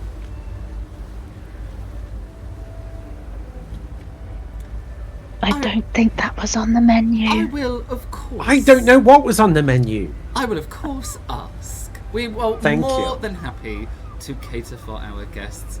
And then you see them scuttering away like if the Death March could play, it would play right now, as this waiter is now going to have to go and tell Nicolette, someone in the restaurant, has Doesn't like their menu. self-ordered and not from the menu. It's not that Dagmar doesn't like the menu. Dagmar doesn't understand the menu. Honestly, it's perfectly fair. And the door closes. And Does she have a reputation by any chance? Sorry. what, Nicolette? Yeah, does she have a reputation that I would know about? Yeah, absolutely. Nicolette Brassard is like one of those chefs. It is very likely that she's doing a guest appearance on the ship. She's too fancy to be working on the ship permanently. Likely, she designed the menu, has come for the maiden voyage to cook the menu, and then leave afterwards. some people from her school will... the head chef will be someone from her school. So would I know that would offend her, that it's being ordered off the menu, or would I even care? It's in another sense. Mr. Snobbington wouldn't even care because, like, she's the chef. she will probably get one of the other kitchen people to do eggs on toast with Cool. with Burnt bacon and blood sausage. just get one or the other. There's a lot of eccentric people in the fantasy world, you see. Maybe she's very likely to have a Gordon Ramsay moment though in the kitchen before she selects one of the kitchen representatives to do it for her, because This doesn't sound like a Dagmar problem. It does not sound like a Dagmar problem. I tell you, Dagmar, that sounds like a truly filling breakfast to start since maiden voyage. Might be something that you might want to include, especially if it comes out as nice as what I'm hoping it would do from her. Sorry, say that again? They should add it to the menu. If it comes out as lovely as I'm expecting, and I think it should be Added. I'll be the judge of that. If it gets rid of this hangover, I will give my recommendations that they add it to the very front page. Maybe they could name it after you. The Dagmar Special. I like this. Entree? Entree. Le Dagmar Special. Le Dagmar Special. There we go. No one knows which no one knows. Because not even Entree the French, Le not even Dagmar. Entree amuse bouche. I love the amuse bouche. It's literally the snobbiest thing in the world, right? Mouth amusements. That's what it means. Mouth amusements. Bring me some mouth amusements. I'm never going to call it amuse bouche. I'm just going to bring me mouth amusement. That's what it means.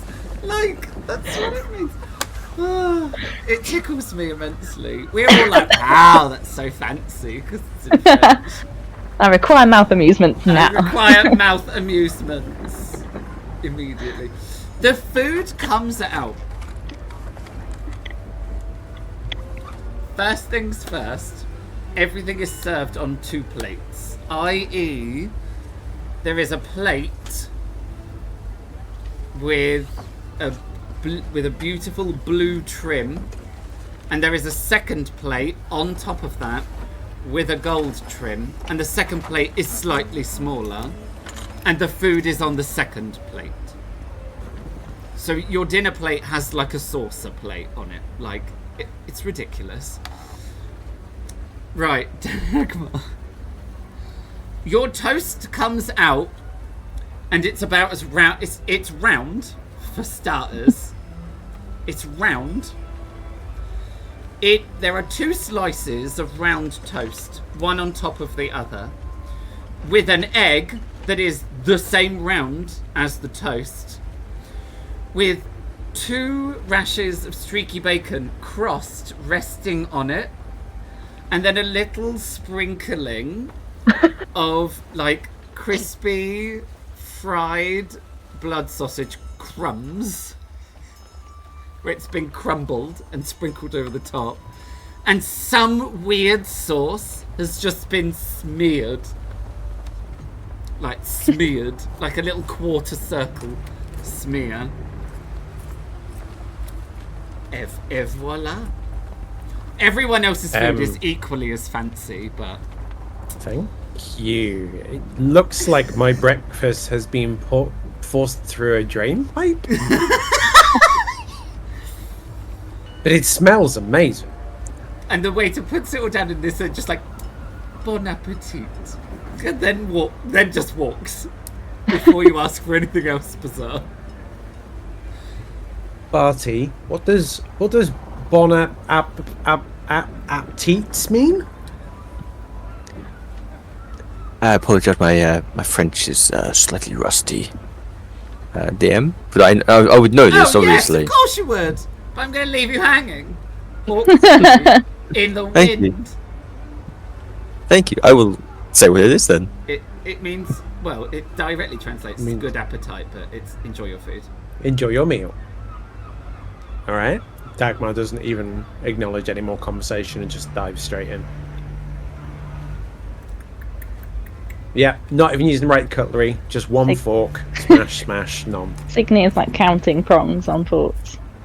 And seeing if there are little ridges and things. Yeah. Yeah. Right, that's for cake, right. And what's really interesting is I imagine that you will have ordered both. There will be some seafood and some not seafood. Mm-hmm. So you'll have a seafood fork and a not seafood fork. And there's probably a little entree skewer on the table as well, so you can skewer your... I fully see Signy going into some rabbit hole trying to remember all the cutlery. Yeah. She can't hear conversation, she's like, right. Warm ale was brought out as well, and the food is incredible. For some, probably the best food you've ever eaten. If not, maybe slightly lacking in portion size. I'm just enjoying the moment, just observing around the room. Is there a non-chandelier in here as well? Or is it... No, there isn't. So this room isn't double height, so it's just height. Each of the tables has a lamp in the middle of it that casts like a really nice warm light. There are quite a few windows in here, but they're not as big or as grand as in the ballroom. But the floor is still exquisite. There is a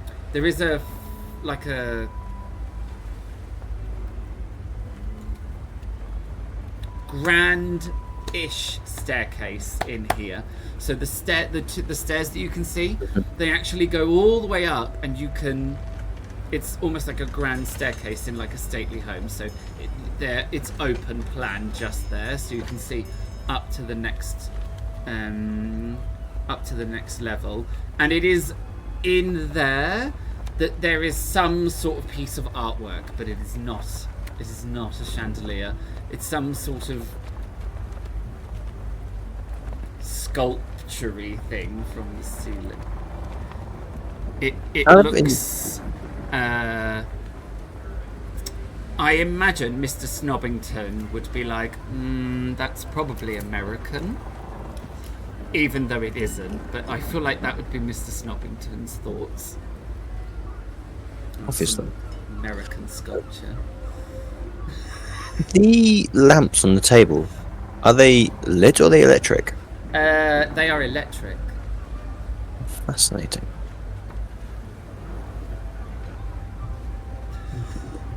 It is true that they do not seem to have spared any expense here.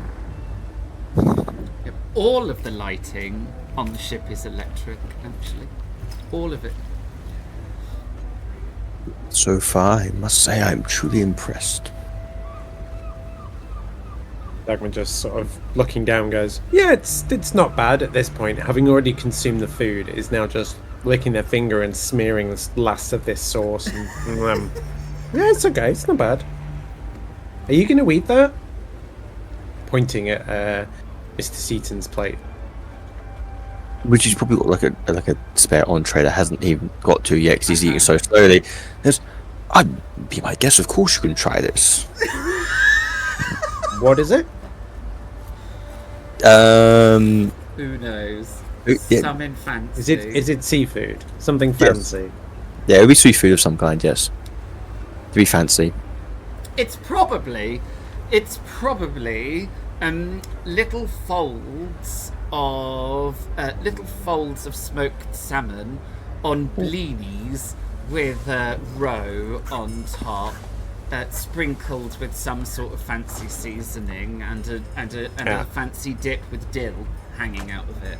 Having asked them what is this before anyone even says anything, Dagmar's already got a fork and is just going bang, bang, bang, and eats it all in one. That's the wrong fork. Oh, wrong fork. Seemed to work okay for me.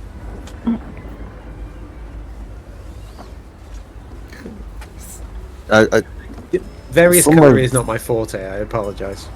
From my vantage point, I can't quite see the muscle man outside. I kind of just like look over because I shouldn't worry. Looking at the size of him, I doubt he knows which fork to use correctly. Look. Do people usually walk around with their tops off on posh boats? I can imagine if you've got a top like him, then yes, probably.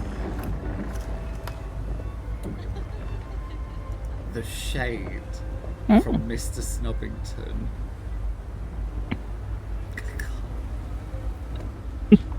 Don't think I've ever seen a topless man look like that. There aren't many you have. Oh, she's like, poor bless her. They don't go to the gym. Oh, geez. Everyone's just skinny that she knows. That caught me off guard. I wasn't expecting him. Well, there you go. Keep going. Keep calm and carry on. Well, hurry up and finish your amusing mouth food, and then we can go and find out who he is. Is he famous? His name rings a bell in the back of my mind for something. I'm assuming something athletic and sporty of some kind. He doesn't look like your average baker, does he? No. Though, I must admit, seeing the Russian ballet is quite intriguing.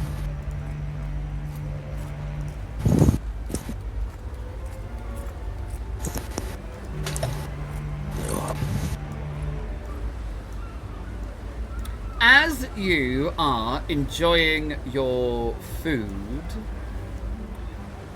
the door to the restaurant opens, and can I? Yeah, the door to the restaurant opens, and a young woman steps into the restaurant. She immediately strikes you as someone from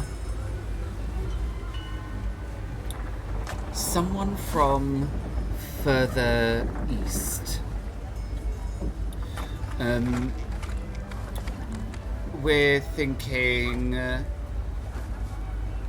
Hungary, Romania, Transylvania, like that kind of. We're talking other side of Tatra Mountains. And she stops immediately and looks around the restaurant and then turns to look back through the corridor. And that is when you see an older woman step into the restaurant, and they do followed then by another young woman. The two young women are twins, identical twins. The woman in between them is much older, but doesn't look related to them in any way. She definitely looks like they kind of all come from the same place. The young, and then they do like a train basically, with the young woman in front, and then the older woman, and then another young woman, and they walk through they glide through the restaurant. The way that they walk is unnerving. Like their head, there's no bobbing. Like they look like they're just floating. They move so smoothly. The young woman doesn't pay any attention to you or the table or the food or anything like that. But she just walks straight round and starts to head up the stairs. As the older woman swings around the stairs, however, Colonel, she does look over at the table, and she stops dead in her tracks, and she very slowly makes slightly too much eye contact with each of you in turn. She doesn't say anything, but she looks at the Colonel, at Mr. Seaton. She looks at Mr. Seaton, and just as the stare becomes a little too much, her eyes flick to Signy, and she just kind of goes around the table with the most intense look at each of you.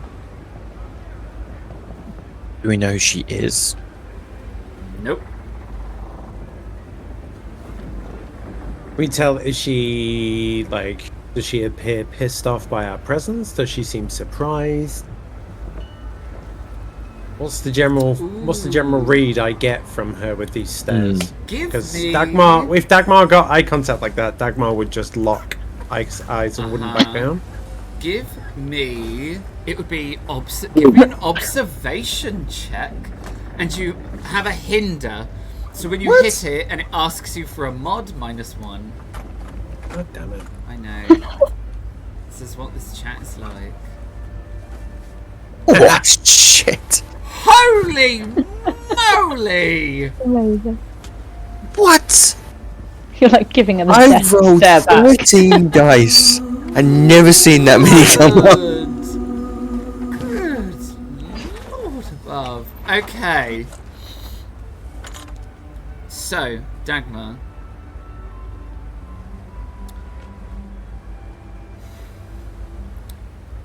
The look.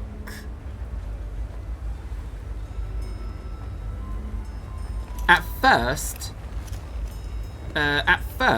it feels like it might be the judgy look. A look that Dagmar is quite used to. That look of judgment as people look down at Dagmar. Then you very quickly realise it's not that at all. It is something entirely different. This look is intense. And there is something ever so slightly otherworldly about this woman's eyes as you get enough, as that moment turns into a couple of seconds to stare at her. This woman is like looking into Dagmar's soul. Like she has gazed into each person at the table's soul without question. Without question, Dagmar. You are convinced that this woman can also see into the other world, like you guys can, and you are 100% sure that she knows that you three can. And then Did her reaction differ between the three of us? No, it is exactly the same reaction. It is this, like, she gazes in, is then certain that each of you have the sight, like she does. And you get the feeling that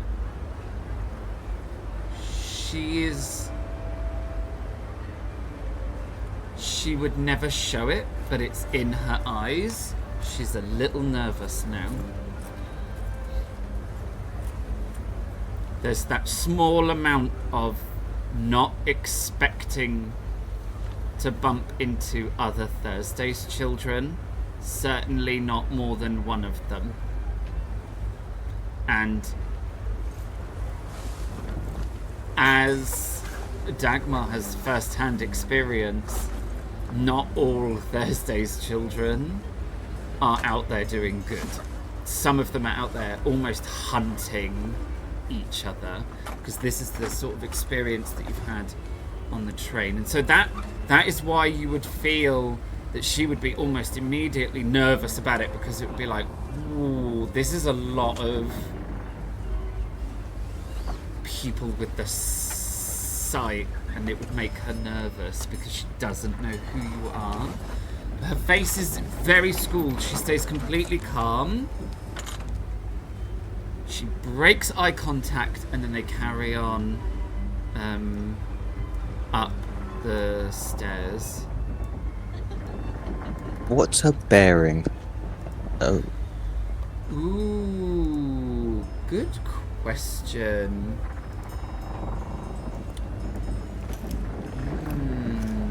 She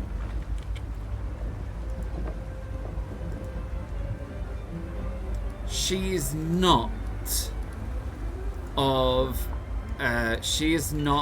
of an upper class or of wealth, but something about her lets you know that she is used to having a lot of power. Does she look like a kind of only because of what Dan said, No, like she a does performer not from look like a performer. Okay. She just looks like someone who's managed to get onto the. So what I'm trying to say is like, Seaton's kind of acknowledged her, and has gone straight back to his meal. He's not really clocked her as anything Yeah, special. it's not. It doesn't look like she's definitely a guest. 'Cause she's dressed very well, but she's not aristocracy. She's definitely not anyone in business that you know. She doesn't look like a famous performer of any description. She just looks like a guest, but not one that's important enough for you to stop and engage and network. And It's still important enough to have an entourage. still important enough to have an entourage and to be on the boat. Once you go to that, interesting. Seaton, did you recognise her at all? Not in the foggiest. She would not stop staring at me. There's something about her. It could be the whiskey talking, but there's something about her. She's like us. In what way? She can see otherworldly things. Like I got this sense of her. She's seen things probably like what we have. Not that I like to admit it. And I drink to forget it. I doubt I could that see it in she her would eyes. admit it either. The people that frequent these places do not take kindly to, shall we say, fairy stories. She could either be hiding, but she wouldn't want to reveal her true nature. Not openly, anyway. Well, I don't trust. I've got a bad experience of being on transport vehicles with other sightly people. Yes, we do. Oh, you were there too, of course. No, wait, you were there? Colonel was there. You're the Colonel. No, forget it. You're drunk. No, this is not me drunk. This is fine. Sadly, it seems that Dagmar has seen pictures, or when Magnus spoke, of course, he talked about my brother, Colonel Seaton, who was in the rifles, and pictures, of course, came out, and we discussed that, and Dagmar seems to have got himself confused with the two of us. We did look very, very similar growing up. There Either way. is, just as you finish that sentence, Mr. Seaton, there is a very sort of strange moment where the boat rocks, and as you finish your sentence about your brother, the Colonel, being in the rifles, and about the train and all of those sort of things, the boat moves unexpectedly. It rocks a little more, and you blink, and when you do, the ship around you is different. It is not an incredible cruise liner. It is still it's just not. It's still a big ship, but it's not this beautiful cruise liner. And all around you are soldiers, sailors. It's a military ship, or maybe a ship transporting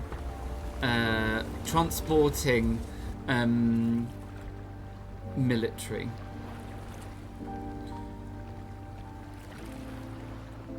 It is undoubtedly real,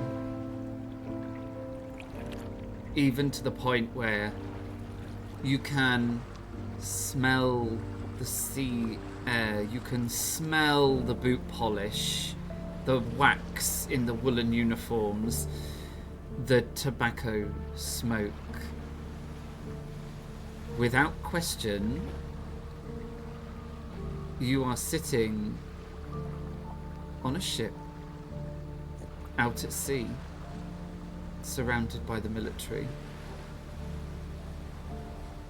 Now, question. At this point, am I the Colonel or am I Mr. Seaton?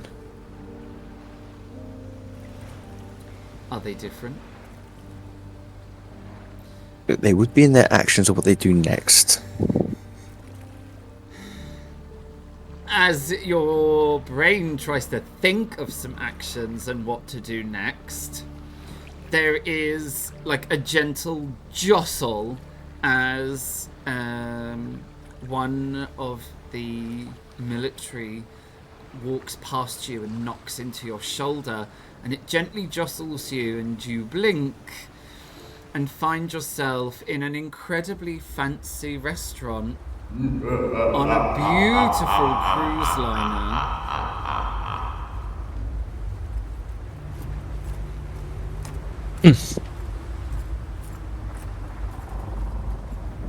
I just kind of look at both Signy and Dagmar. Do they seem to have been jostled out of anything? Or No, not at all. And your whatever it was lasted maybe only a second. It's not even noticeable. Cool, I'll go straight back to eating what I was doing and completely ignore the fact that anything just happened. You finish your food. The food is great. Dagmar ensures that all the plates are completely clean. Yep.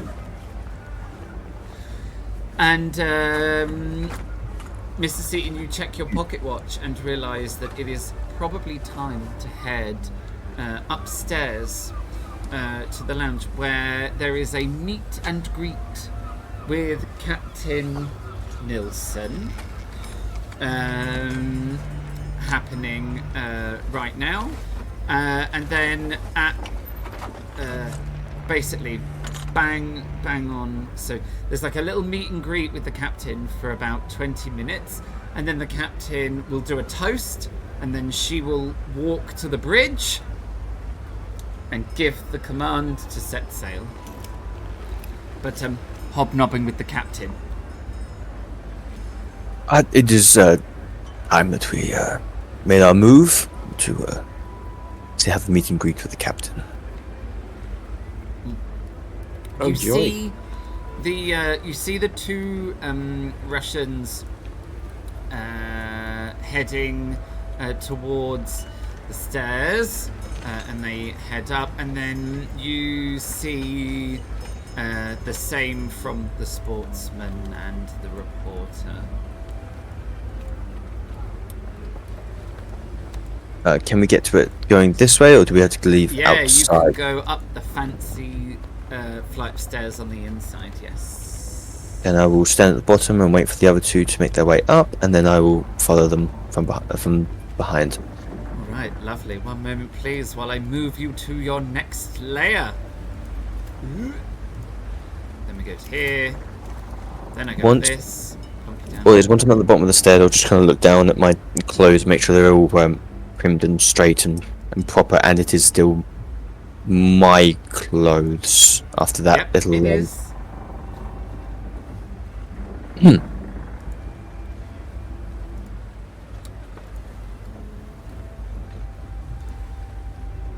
You come upstairs to the lounge. The lounge is a really well furnished space. It is filled with these wonderful soft furnishings. It is surrounded by windows. You get an almost completely unbroken view to the outside when you look around. So it is it's stunning, and it's got really beautiful like fancy pot plants and all the malarkey. This is definitely an area for sitting quietly and enjoying drinks and talking and conversation whilst having beautiful views of the sea. And everyone is seemingly up here. So, is there anyone walking around with drinks or serving drinks? Yes, there is. As you come up the stairs, there is one of the waiters with a tray of champagne glasses, all filled with fizz. Dagmar's going to immediately go take one of those, but while doing so, just scanning the room, is there anybody in the room, apart from the slightly suspicious person that Dagmar now is very sus of, anyone in the room that looks to be out of place? Apart from myself. So, the woman standing next to Mr. Steaton doesn't fit in with everyone else. This is the reporter, or what you assume is the reporter. She now is standing away and just writing in her notepad. She's clearly, like, you know, taking notes on who is here, putting her thoughts down. But she obviously doesn't fit in because, number one, she is not aristocracy or very wealthy, and number two, she's really the only person that's like watching and writing, and so it's a little different. Everybody else seems to fit in really nicely except this person right here, who I am going to update the token. That is the captain, and there's no doubt about it. She is wearing a very similar suit, uniform to Margot that you met out at the Chief of Staff. Only Captain Nielsen's is not a skirt, it is trousers, so it's a proper suit. And she has got epaulets on her shoulder with lines and a circle, and she has a hat. Lines. I panicked then because I couldn't remember what Captain's epaulets look like. Pretty sure it's lines and then a circle. Yes. I was convinced. I would like to use my general talent of contacts. We've already discussed most people in the room, so the person I want to use the contacts for is the reporter. Yeah. If possible, you can say otherwise. Once per session, you can declare that you already know a certain NPC, that your relationship is a positive one. Yeah. The Game Master may disallow it if the contact would make the mystery less fun. The reporter is right next to you. Her name is Hurtlu. She is actually from Suomi. She's from the Tsarian. My brain has paused for but a moment. She is from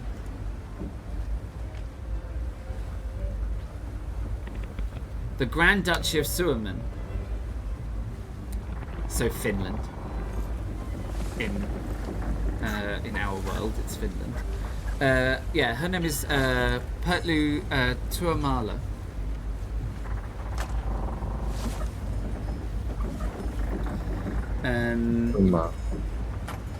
Yeah, Tuomala.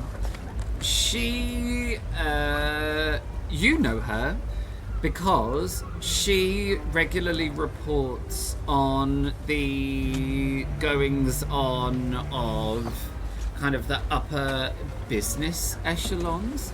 So she is a business reporter, but she also does some like other reporting as well on what's going on in business families. Because in the Mythic North, not only is there fascination with the aristocracy and royalty, but there is an equal fascination with new money, and like, because new money is achievable, because it means that all no matter what class you come from, you can become inordinately wealthy. So there's a big fascination with them. That's what she reports on. So a bit of it is gossip, and some of it is proper business. She does a bit of both. Miss Hurtley, it is lovely to see you here. Oh, Mr. Seaton, I was hoping that I would see... Well, I assumed it would be you, considering that your father is in England, is he not? He is indeed. Your contacts are correct. Well, I'm very glad to see you here. It settles me to know that if you're willing to step on the ship, then the steel must be sound. Of course it is. It's Seaton steel. The finest steel. Dagmar's just walking past to go and speak to another person, but during that moment, just randomly muttered, "Yeah, but the chandeliers are shit." There's a little moment where Pertlu looks and is like, gasp, like, you know, the... Fine, it's fine. They are my guests on here. I'm making new business acquaintances and showing them how the other half live, shall we say. I see. Yes, of course, and what a better opportunity.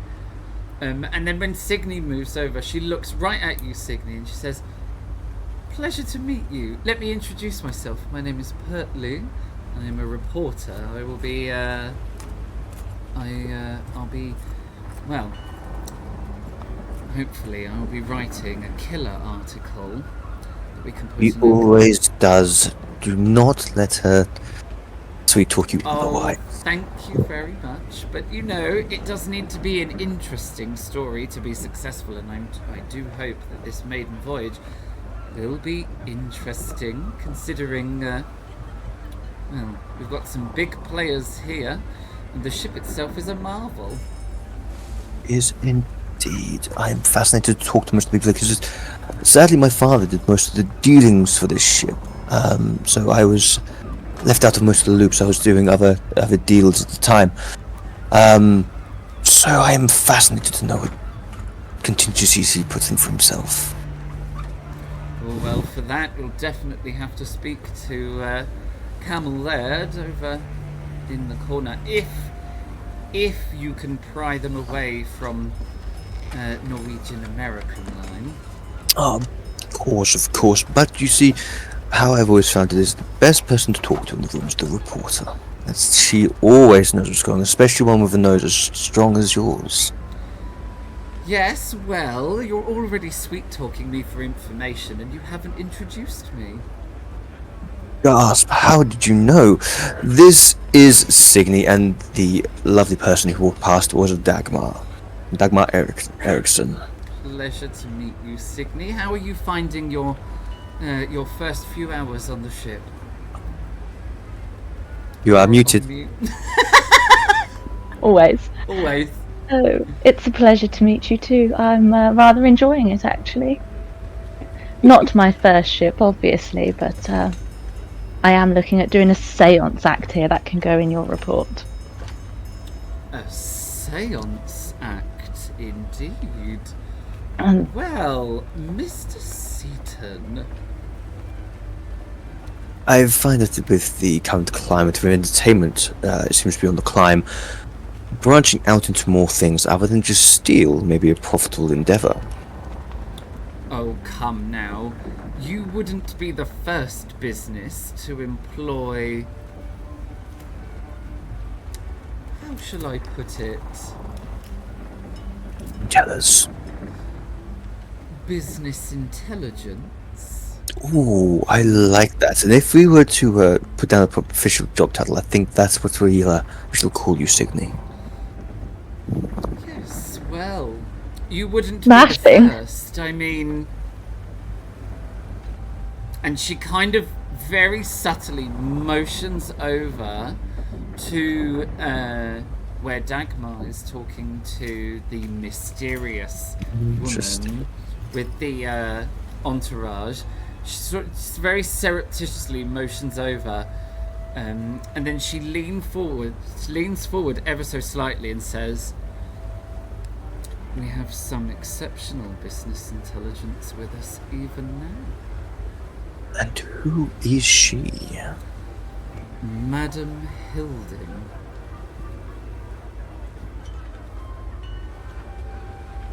And who, pray tell, is her employer?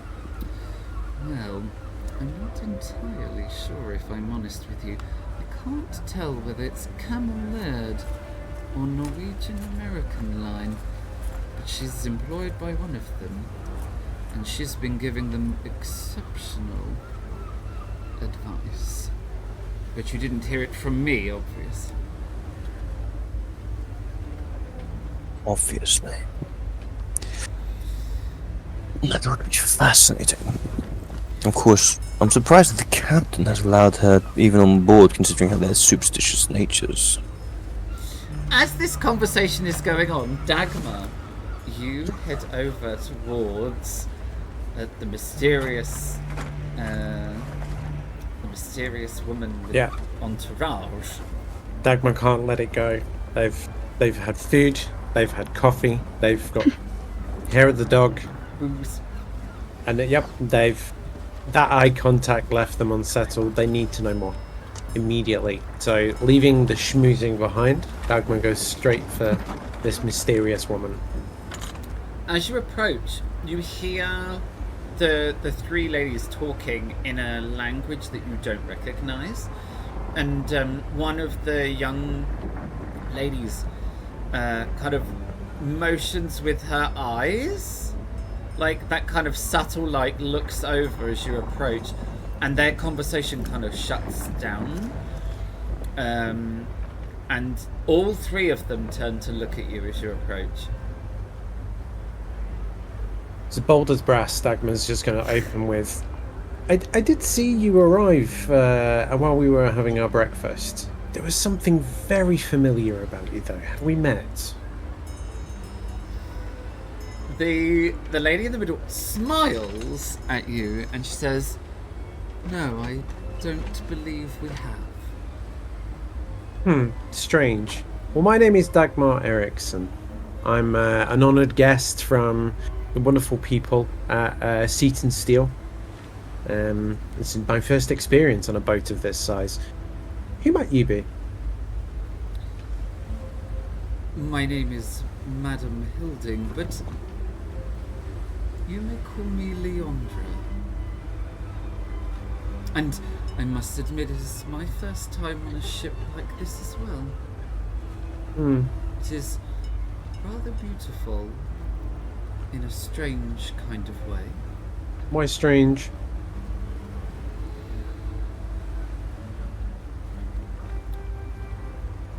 It has in it such an intense air of comfort and pleasure, and yet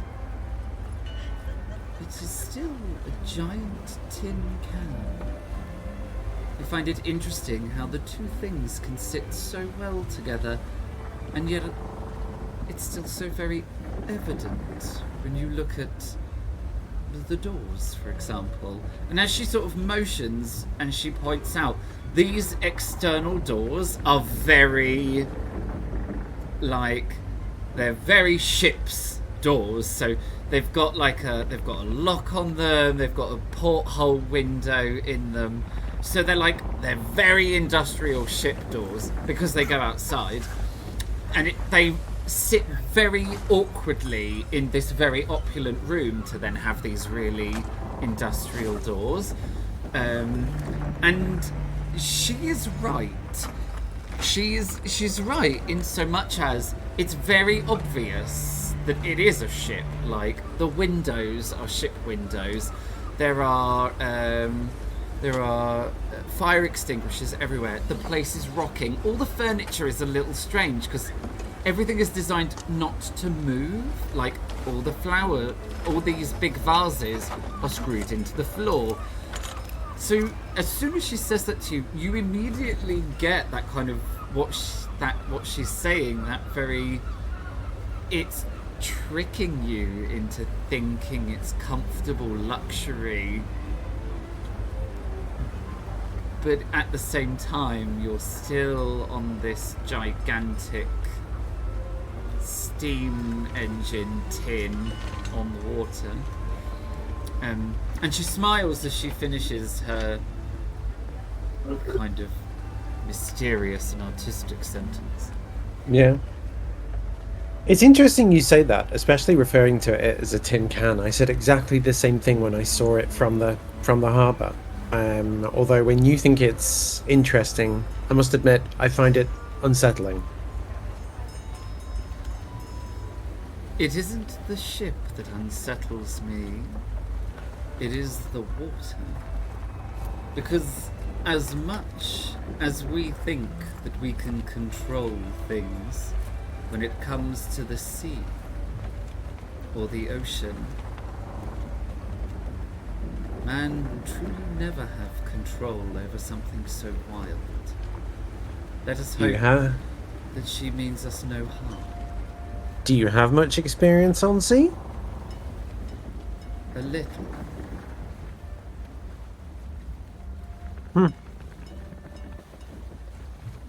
Perhaps you could educate me. This is my first time on sea. Well, my first piece of advice. And she leans in and she says, enjoy the bar. Particularly this one that's on the house. And watch out for the schmoozing. Is that the right word? Schmoozing? Well, watch out for that. It's a word. Well, it's very interesting to have met you, although I feel like there is still something familiar. Perhaps we could talk more once all these formalities are dealt with. But for now, let us just carry on with so-called schmoozing. Maybe keeping each other in our sights. Well, I must say I find myself rather jealous that And then she pauses for a little moment, looks off into the distance, and then looks back at you and says, haven't tried that 25-year-old whiskey from the bar.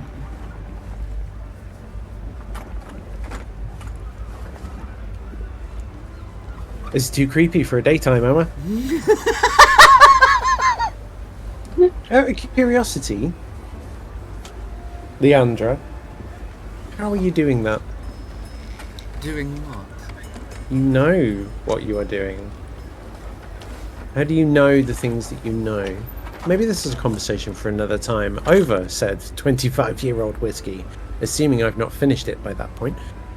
Or assuming I don't argue with Colonel Farty Pants over there over chandeliers one more time. Well, I'm sure that... And then she pauses, and you see this, like, she takes on, like, this stricken face, like she can't remember something, or something is wrong, or she's just remembered she didn't unplug the iron at home. Do you know what I mean? Like, one of those, like, sudden something isn't quite right faces. Yep. And then she schools her facial expression really quickly as she realizes that she said that out loud with her face. And she smiles and she says, I'm sure your friend will enjoy their time on the ship. So you needn't worry. Oh, they don't worry me.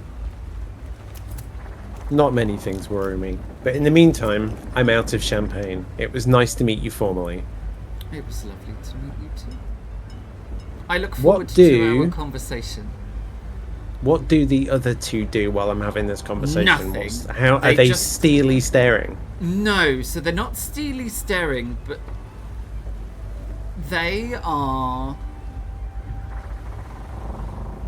They sit slightly side on in their seat with their hands folded nicely in their lap, and they listen to every word that is said, but they're not staring. They're just very attentive, like they're attending to their mistress or their master. Before I go, and I'm locking eyes with this Leandra, can I just internally, not out loud, say the words, "I'm on to you," Yes, you can. and then leave? And we return to Mr. Seaton, who's just finished talking to the reporter, who's like leant over and been like, business intelligence, right? That's that little crossover in the conversation. Mm-hmm.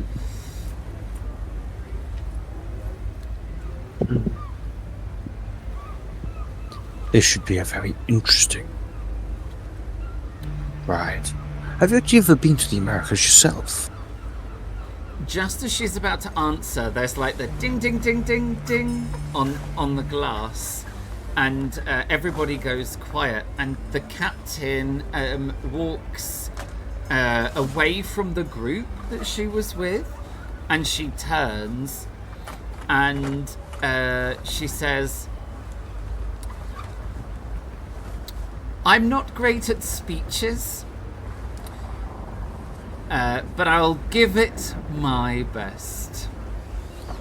Welcome, all of you, aboard the maiden voyage of the SS Kristianiafjord. For those of you who haven't met me, I am the captain, Captain Nilsson, and let's just get straight to toasting, shall we, so that I can go and pull us out of harbour." She raises her glass and she says, "To a safe and enjoyable maiden voyage." And everyone repeats and cheers. And, Yay, shit. And she drinks.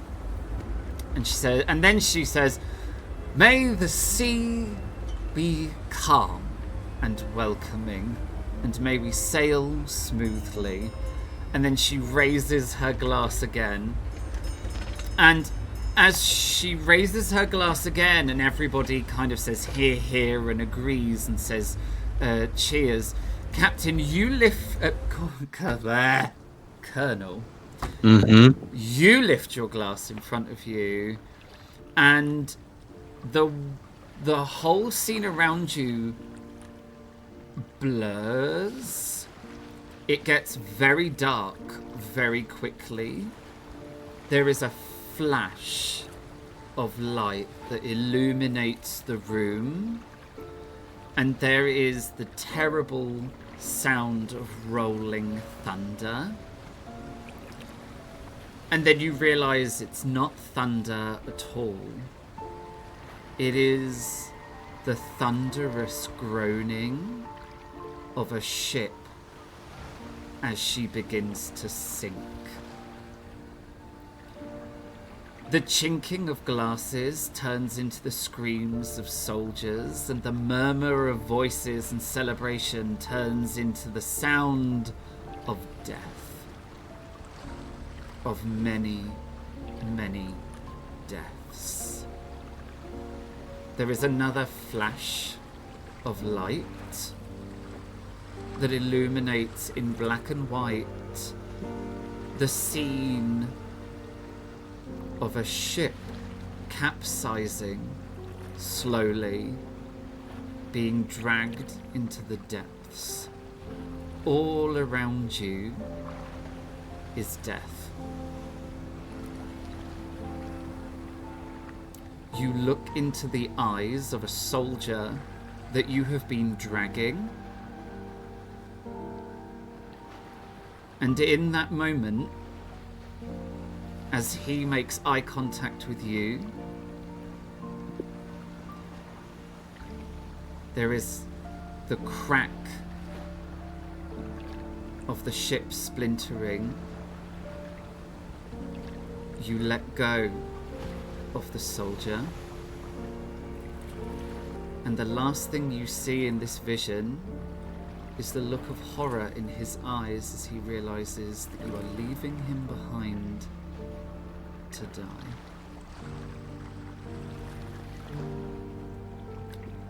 A resounding cheers and the clink of glasses breaks you from the vision, and it is right there that we will end tonight's session. Fuck. Ooh.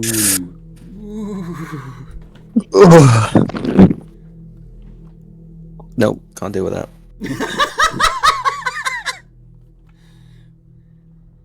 I was like, we're having far too much fun. We need some horror. Oh yeah, it's too late.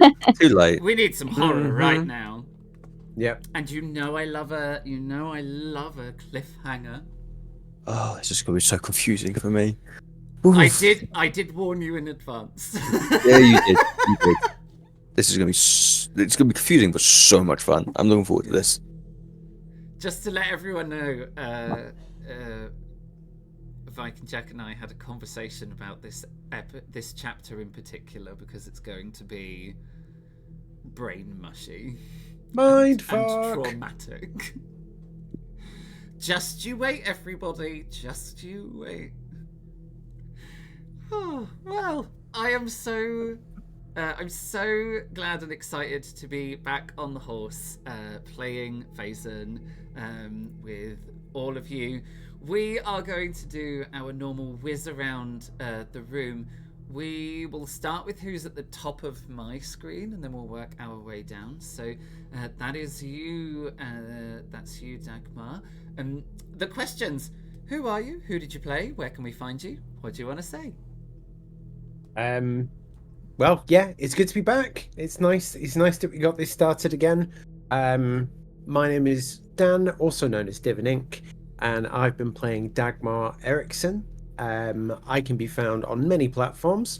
My primary one being on Twitch, div_and_ink. I can also be found on YouTube, TikTok, Instagram, and Twitter. And yeah, big thank you for having me back, for putting up with my nonsense, and for setting such a wonderful scene for the start of such a exciting chapter. Yet again, Dagmar's on some form of transport with problems.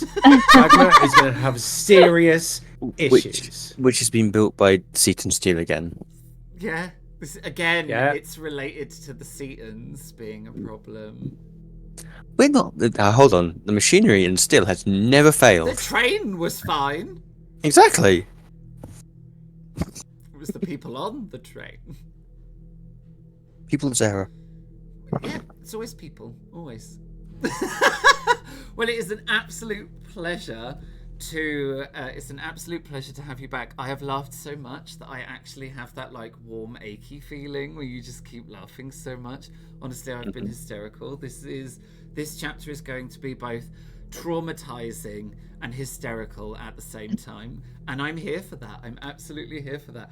I also think it's very entertaining that blind fate has put you on another form of transport with problems. But it has a bar. And an It has open a bar. bar. I mean, casino. Dagmar's only just got up from 2.5-3 months of blind drunk stupor to then immediately end up on another piece of transport, this time on fucking water.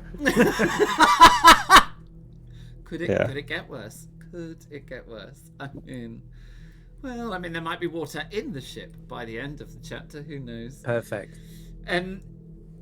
Mr. Seaton, aka Mr. Snobbington, aka Barty, Farty Barty, Barty Pants, Farty Barty Pants. I'm so sorry. You're so welcome. Who So are good. you? Who did you play? Where can we find you? What do you want to say?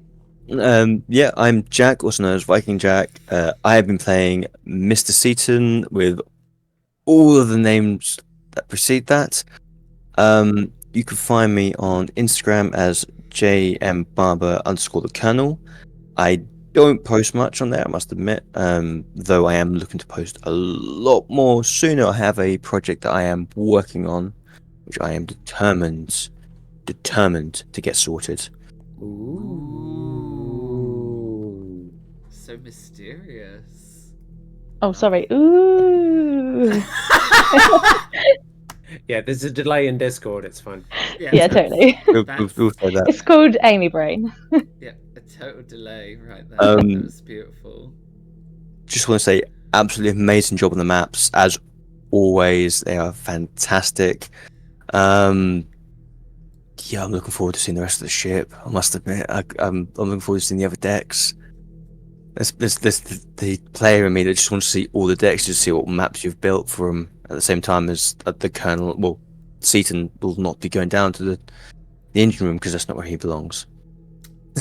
Oh, thank you very much. And I'm looking forward to traumatizing the shit out of you and Yay. making this a terrifying horror story of death and destruction. And we're going to explore all the moralities of humankind. Good. Yay! All with maps. As long as there's a pre-map in front of me, I'm fine. And It's yeah, all good. all on I can deal pretty with it. maps. And last but by no means least, Signy, who are you? Who did you play? Where can we find you? What do you want to say? Also, bonus question. Who is your adorable assistant for the evening? So Wow. cute. This is a boomer. Sorry, boomer. Boomer! Oh, don't grumble at me. I'm sorry. So Poppy. He's available at any time to step in should I have to go. honestly, Look after a 3-year-old. we need Boomer camera. Boomer cam. Oh, I'll set up a little camera so you can see his face at all times because he often has little dreams during the game. Be more Sweet. boomer. Oh, it's too Yeah. cute. I'll say the same as now. Thank you very much. I'm really excited to be back and taking Signy to have some life lessons. Apparently, I don't feel she's learning about Vaesen. I think she's just having some life experiences and ignoring the rest. But I'm really enjoying it again, and I'm glad to be back. But yeah, I'm Amy, and you can find me nowhere. Yes! I'm unimportant or whatever it was. Honestly, you can't find me anywhere. Needs to be merch, right? We need some you can't find me anywhere merch. It's because I'm mysterious, not because I can't use tech. It's all to do with being mysterious. It is. I have to keep it up. Yeah. That's most of the cast though, that you can't find us on most of us on social media. Find us anywhere. There are 2 cast members that you cannot find them anywhere though. That is true. All very inactive. Like literally, I had Facebook, but that's gone now. Honestly, it took a coven of 13 witches to get some of these cast members to appear. Yeah. That's how mysterious they are. That's right. That leaves me. My name is Loki, and I was your game master for these dark and thrilling tales that weren't very dark and weren't very thrilling. They were mostly hysterical and extremely enjoyable. Huge thank you to my incredible cast this evening. I couldn't do it without all of you bringing all of these stories to life. Otherwise, it would just be maps without stories. And you guys bring my stories to life. You can find me here on the Society Livestream every Sunday doing this and all the general shenanigans that come with this. Otherwise, if you want to see me on the other side of the GM screen, you can catch me every Thursday at 6 p.m. UK time, where I am a player in Grumpy Battersby's Judge Dredd and the World of 2000 AD, where I play Flink, the criminal hacker genius who is currently in a hospital in Gotham City with a chimpanzee. Both myself and the chimpanzee are on a sugar high because we have lollipops given to us by a doctor, and we're currently assaulting the security guard while someone else tampers with the sperm bank. It is worth noting that it is absolutely fantastic. If you aren't watching it, you need to be watching it. If that hadn't sold it. 6 o'clock UK time. And yeah, other than that, that means that we can get ready to hit the credits. Let's head on. It's Boomer Cam! Boomer! We're going to say goodbye to the incredible cast members. Say goodbye, cast members! Bye, cast members! And then we are going to head over to the credits, which are here. Oh. Well, look at that. It's half me and half Jack. The technical issues never cease. I'm going to duck. The technical issues never cease here on the Society Livestream.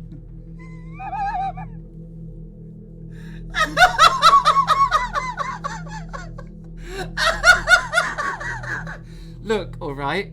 Every time we start a new chapter, right, Discord moves everyone around and I have to reset every camera. I forget about some of them, all right? I forget about some of them. Over here. Oh, I can't even fix it. Over here are the credit roll. These were the incredible Yes!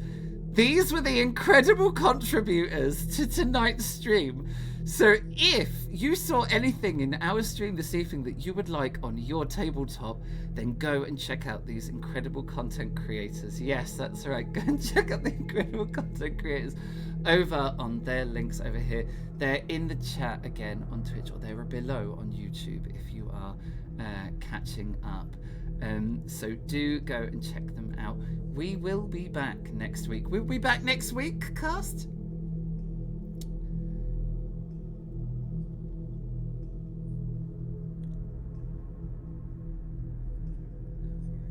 We will update you on social media as to whether we are playing next weekend. So yeah, we will let you know on social media. In the meantime, go and check out these amazing content creators and go and look on our social media. Do make sure that you're giving us a follow so you'll know whether we are live again next week. In the meantime, lower my chair. There you go. In the meantime, we're going to go and find somebody to raid. Do we have a raid ready? Ooh, Happy Jack's RPG. Okay, what are they doing over on /raid? Happy Jack's. Session 21, Pinnacles Wild Talents. Sounds great. We're going to head on over to there. Let me hit this and plug that raid in. All right, there you go. Lovely jubbly. Thank you, viewers, for coming along this evening. We do this because we love playing these silly games and having loads of fun, but we stream it specifically for you guys and so that you can come and have fun with us as well. So a huge thank you to everyone that came in tonight, everyone who subbed for us this evening, everyone who dropped some bits, everyone who was involved in the hype train that started at 2.5 minutes in. A huge thank you to every single one of you. You really make it worth coming live and telling you all these crazy and silly stories. But for now, we are going to go and head over to the raid, and I am going to wish you all a lovely week. Until next time, we will see you then.